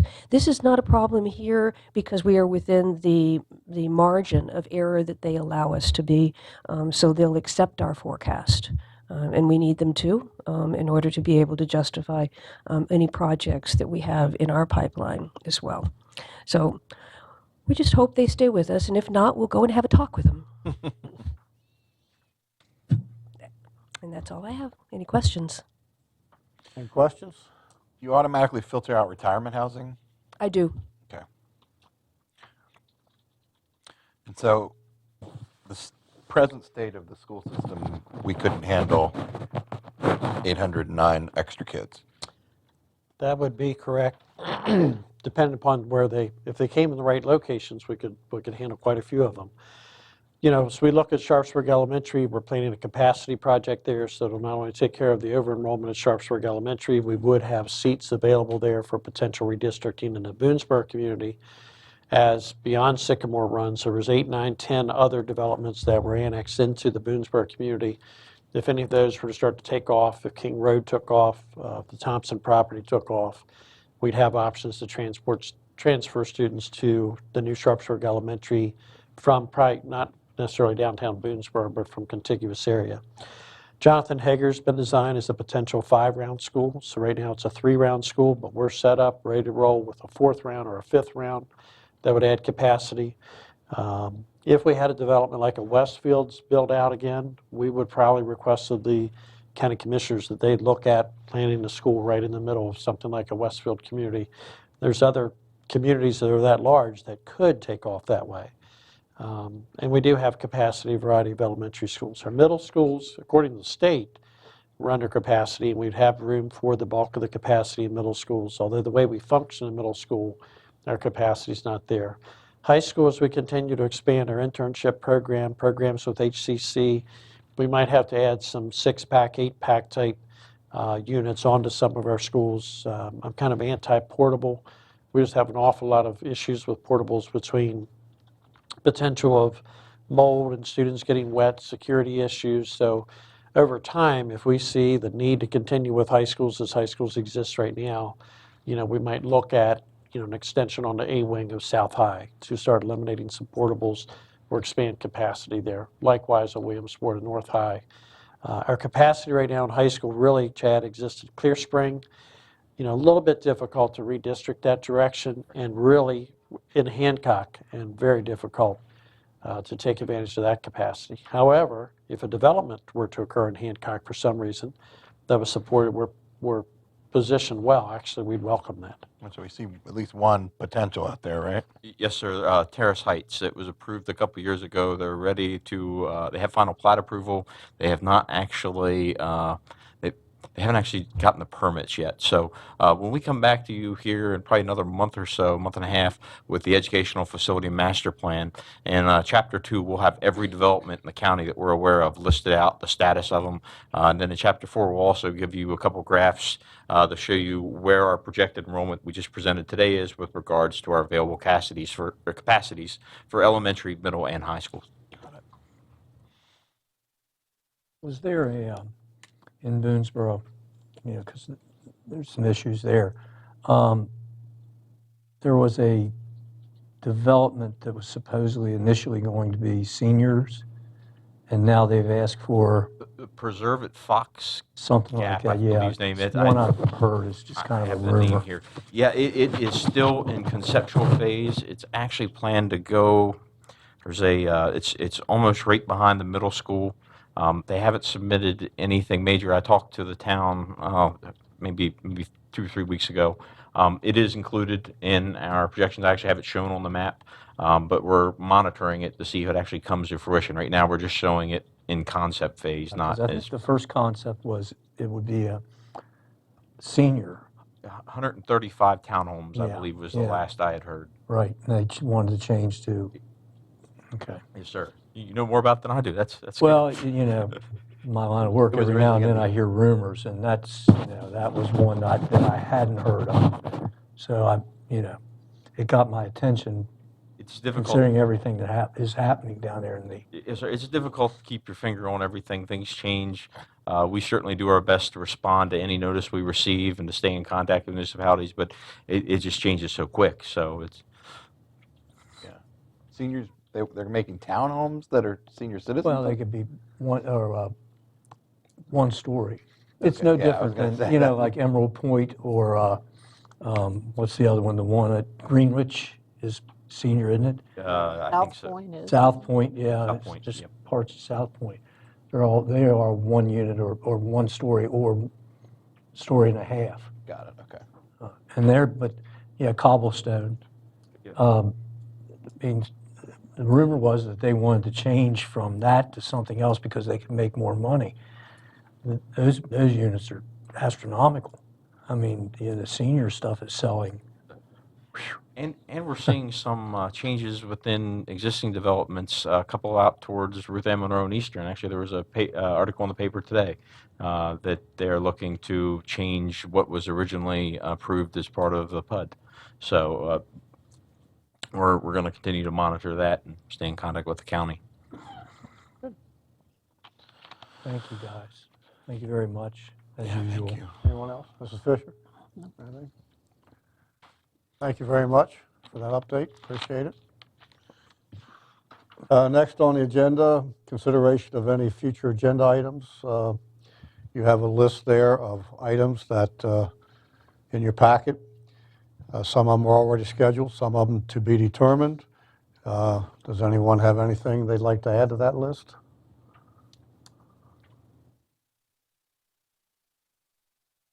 Ms. Fisher? Nope. Okay. Anyone? Okay. Well, Agenda Planning Committee will schedule those things for upcoming meetings and so forth.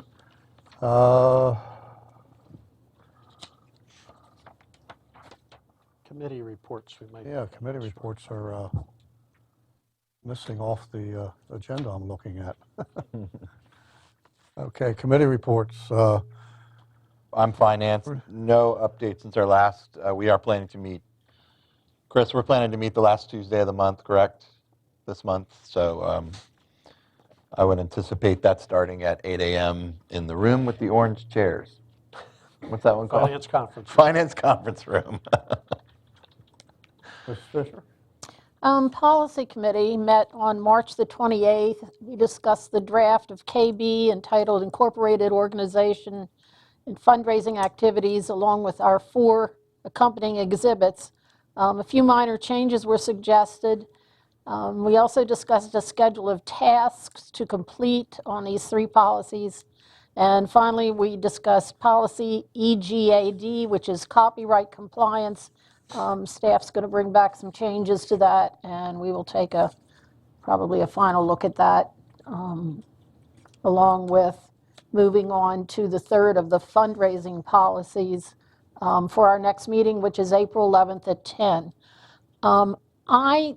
Since Ms. Harshman is not here, I was at the last CNI.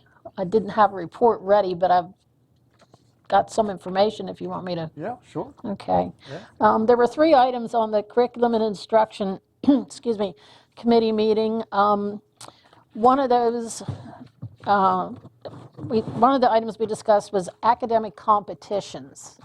And the recognition of those students who excel in those competitions, perhaps limiting it to, as we do with the athletic presentations like we made today, you have to be at least at the state level before you would be recognized, although we also have people going to national levels in some of our academic competitions. It's something I think has been a long time coming, and definitely, I believe, needed to showcase our scholars. We were presented with a list of which types of competitions would probably, that do go on to states or beyond, be involved. But it's just the talking point at this time. Mrs. Laura Hanks presented information on a new digital program that we have been using. That sounds quite interesting to me. I'd like to see it in action. It's called Read Naturally. It's a supplemental digital reading resource program or intervention that takes a child on that has difficulty reading from the level they're on, and at first doesn't really raise the bar at all until they get comfortable. But gradually, and the students are unaware of this, the bar does get raised as far as the level of vocabulary and the length of sentences and so on. And it's about, for the most part, topics that are nonfiction, which is part of our goals with our new ESSA rules and so on. And it improves their vocabulary, their comprehension. It is something that the students can do totally on their own, although there is one step where the teacher sits down with the student after a period of time to read with them. And there are 900 licenses at this time being used across the elementary school, mostly the elementary schools at this point. But it depends a lot on phonics, but the teachers are reporting some great successes in raising reading levels of students. Third topic was the aeronautics, aerospace engineering, part of the project Lead the Way. There are programs in 2 schools, I believe it was Boonesboro Middle and Springfield, where the topics of engineering, aerospace engineering, are embedded in, I can't remember now what course. But anyway, they get a taste of it on there. Then they go on, if they go on to the high school, and it's Boonesboro, Williamsport, it becomes part of the engineering curriculum. To me, it sounds very exciting, especially since we have the facilities out at the airport that train people in repairing. I think it's mostly engines out there, but there are so many. There's so much potential in this field that I think this is going to be a very exciting program. Hopefully, it's just in its infancy at this point, but I'm sure it will grow. So some of those items will probably be presented in more detail by the experts in the future. But it was a very interesting presentation. Mr. Rodner? Yes, HR has not met. We will make a determination by our next meeting if it's necessary to have a meeting this month.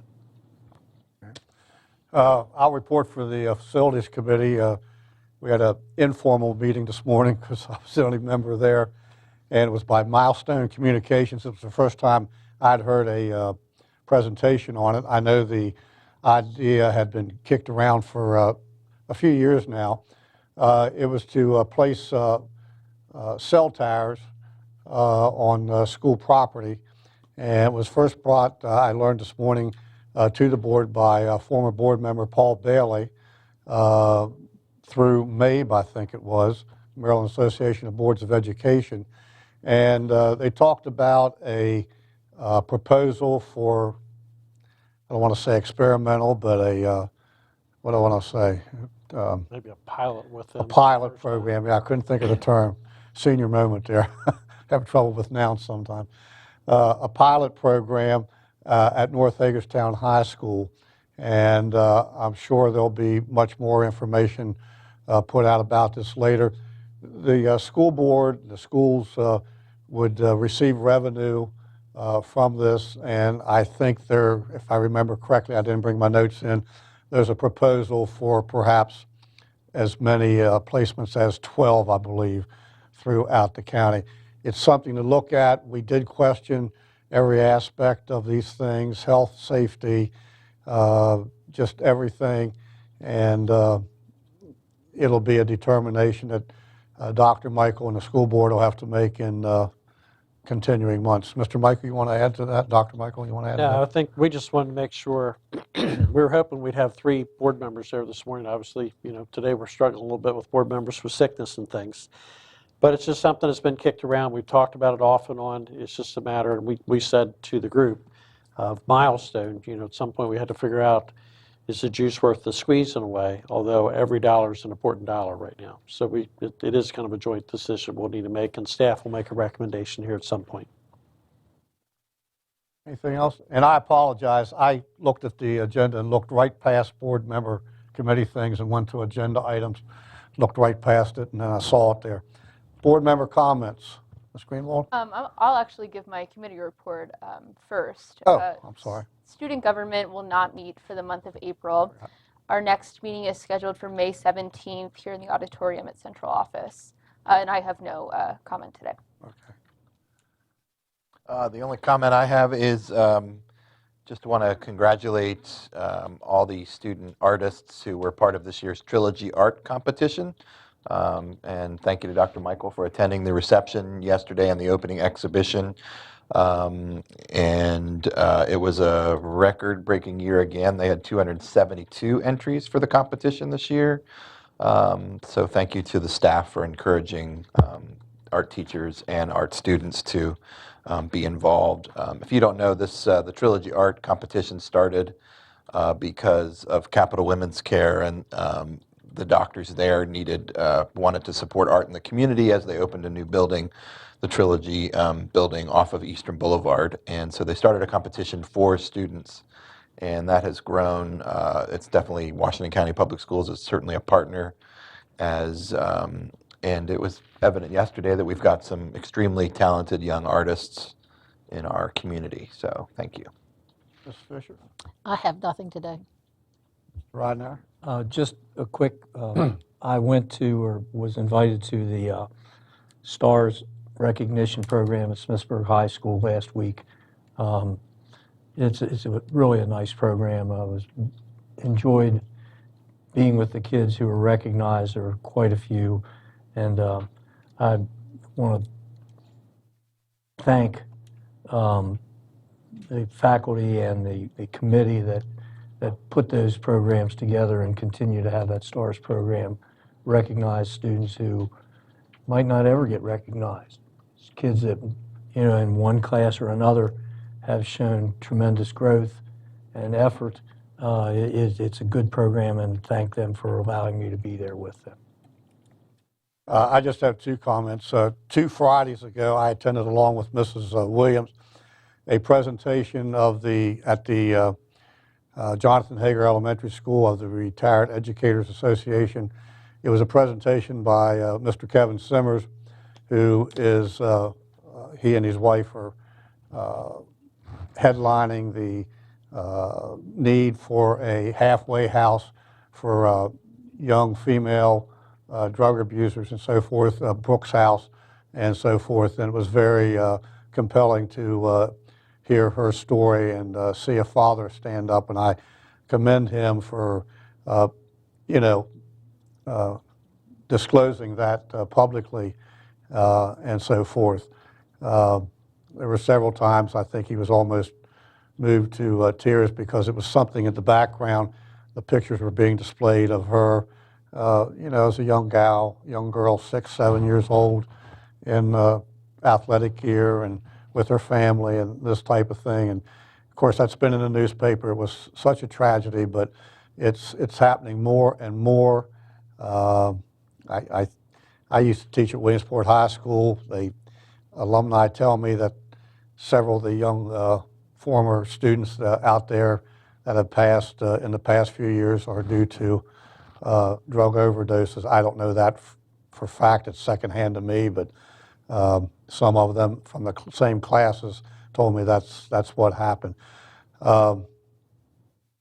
Also, I have a calendar filling up. I'm sure as some of the other board members do. We get invitations all the time and this type of thing. And I just like to take this time right now to thank my wife for allowing me to go to some of these evening events and stuff because I told her when I retired I'd be home more, and so far that's not true with everything I'm in. It's not the way it is. But it's not a complaint. I enjoy it, but it is interesting. So, anything else? I was going to say, my wife doesn't complain. I don't know. Well, my wife Maybe she doesn't want me home. My wife likes me better than yours. I wondered. All righty. Anything else? There a motion for adjournment? Did we do that? Or? I think you had an hour. You declare. And if I've made any mistakes today, I apologize. If I have to do this again, I'll have it down pat, believe me. well. All right. I'm a little shy when I get out in public sometimes. I forget what I'm doing, I think. So, No way. all right. Meeting adjourned. Thank you.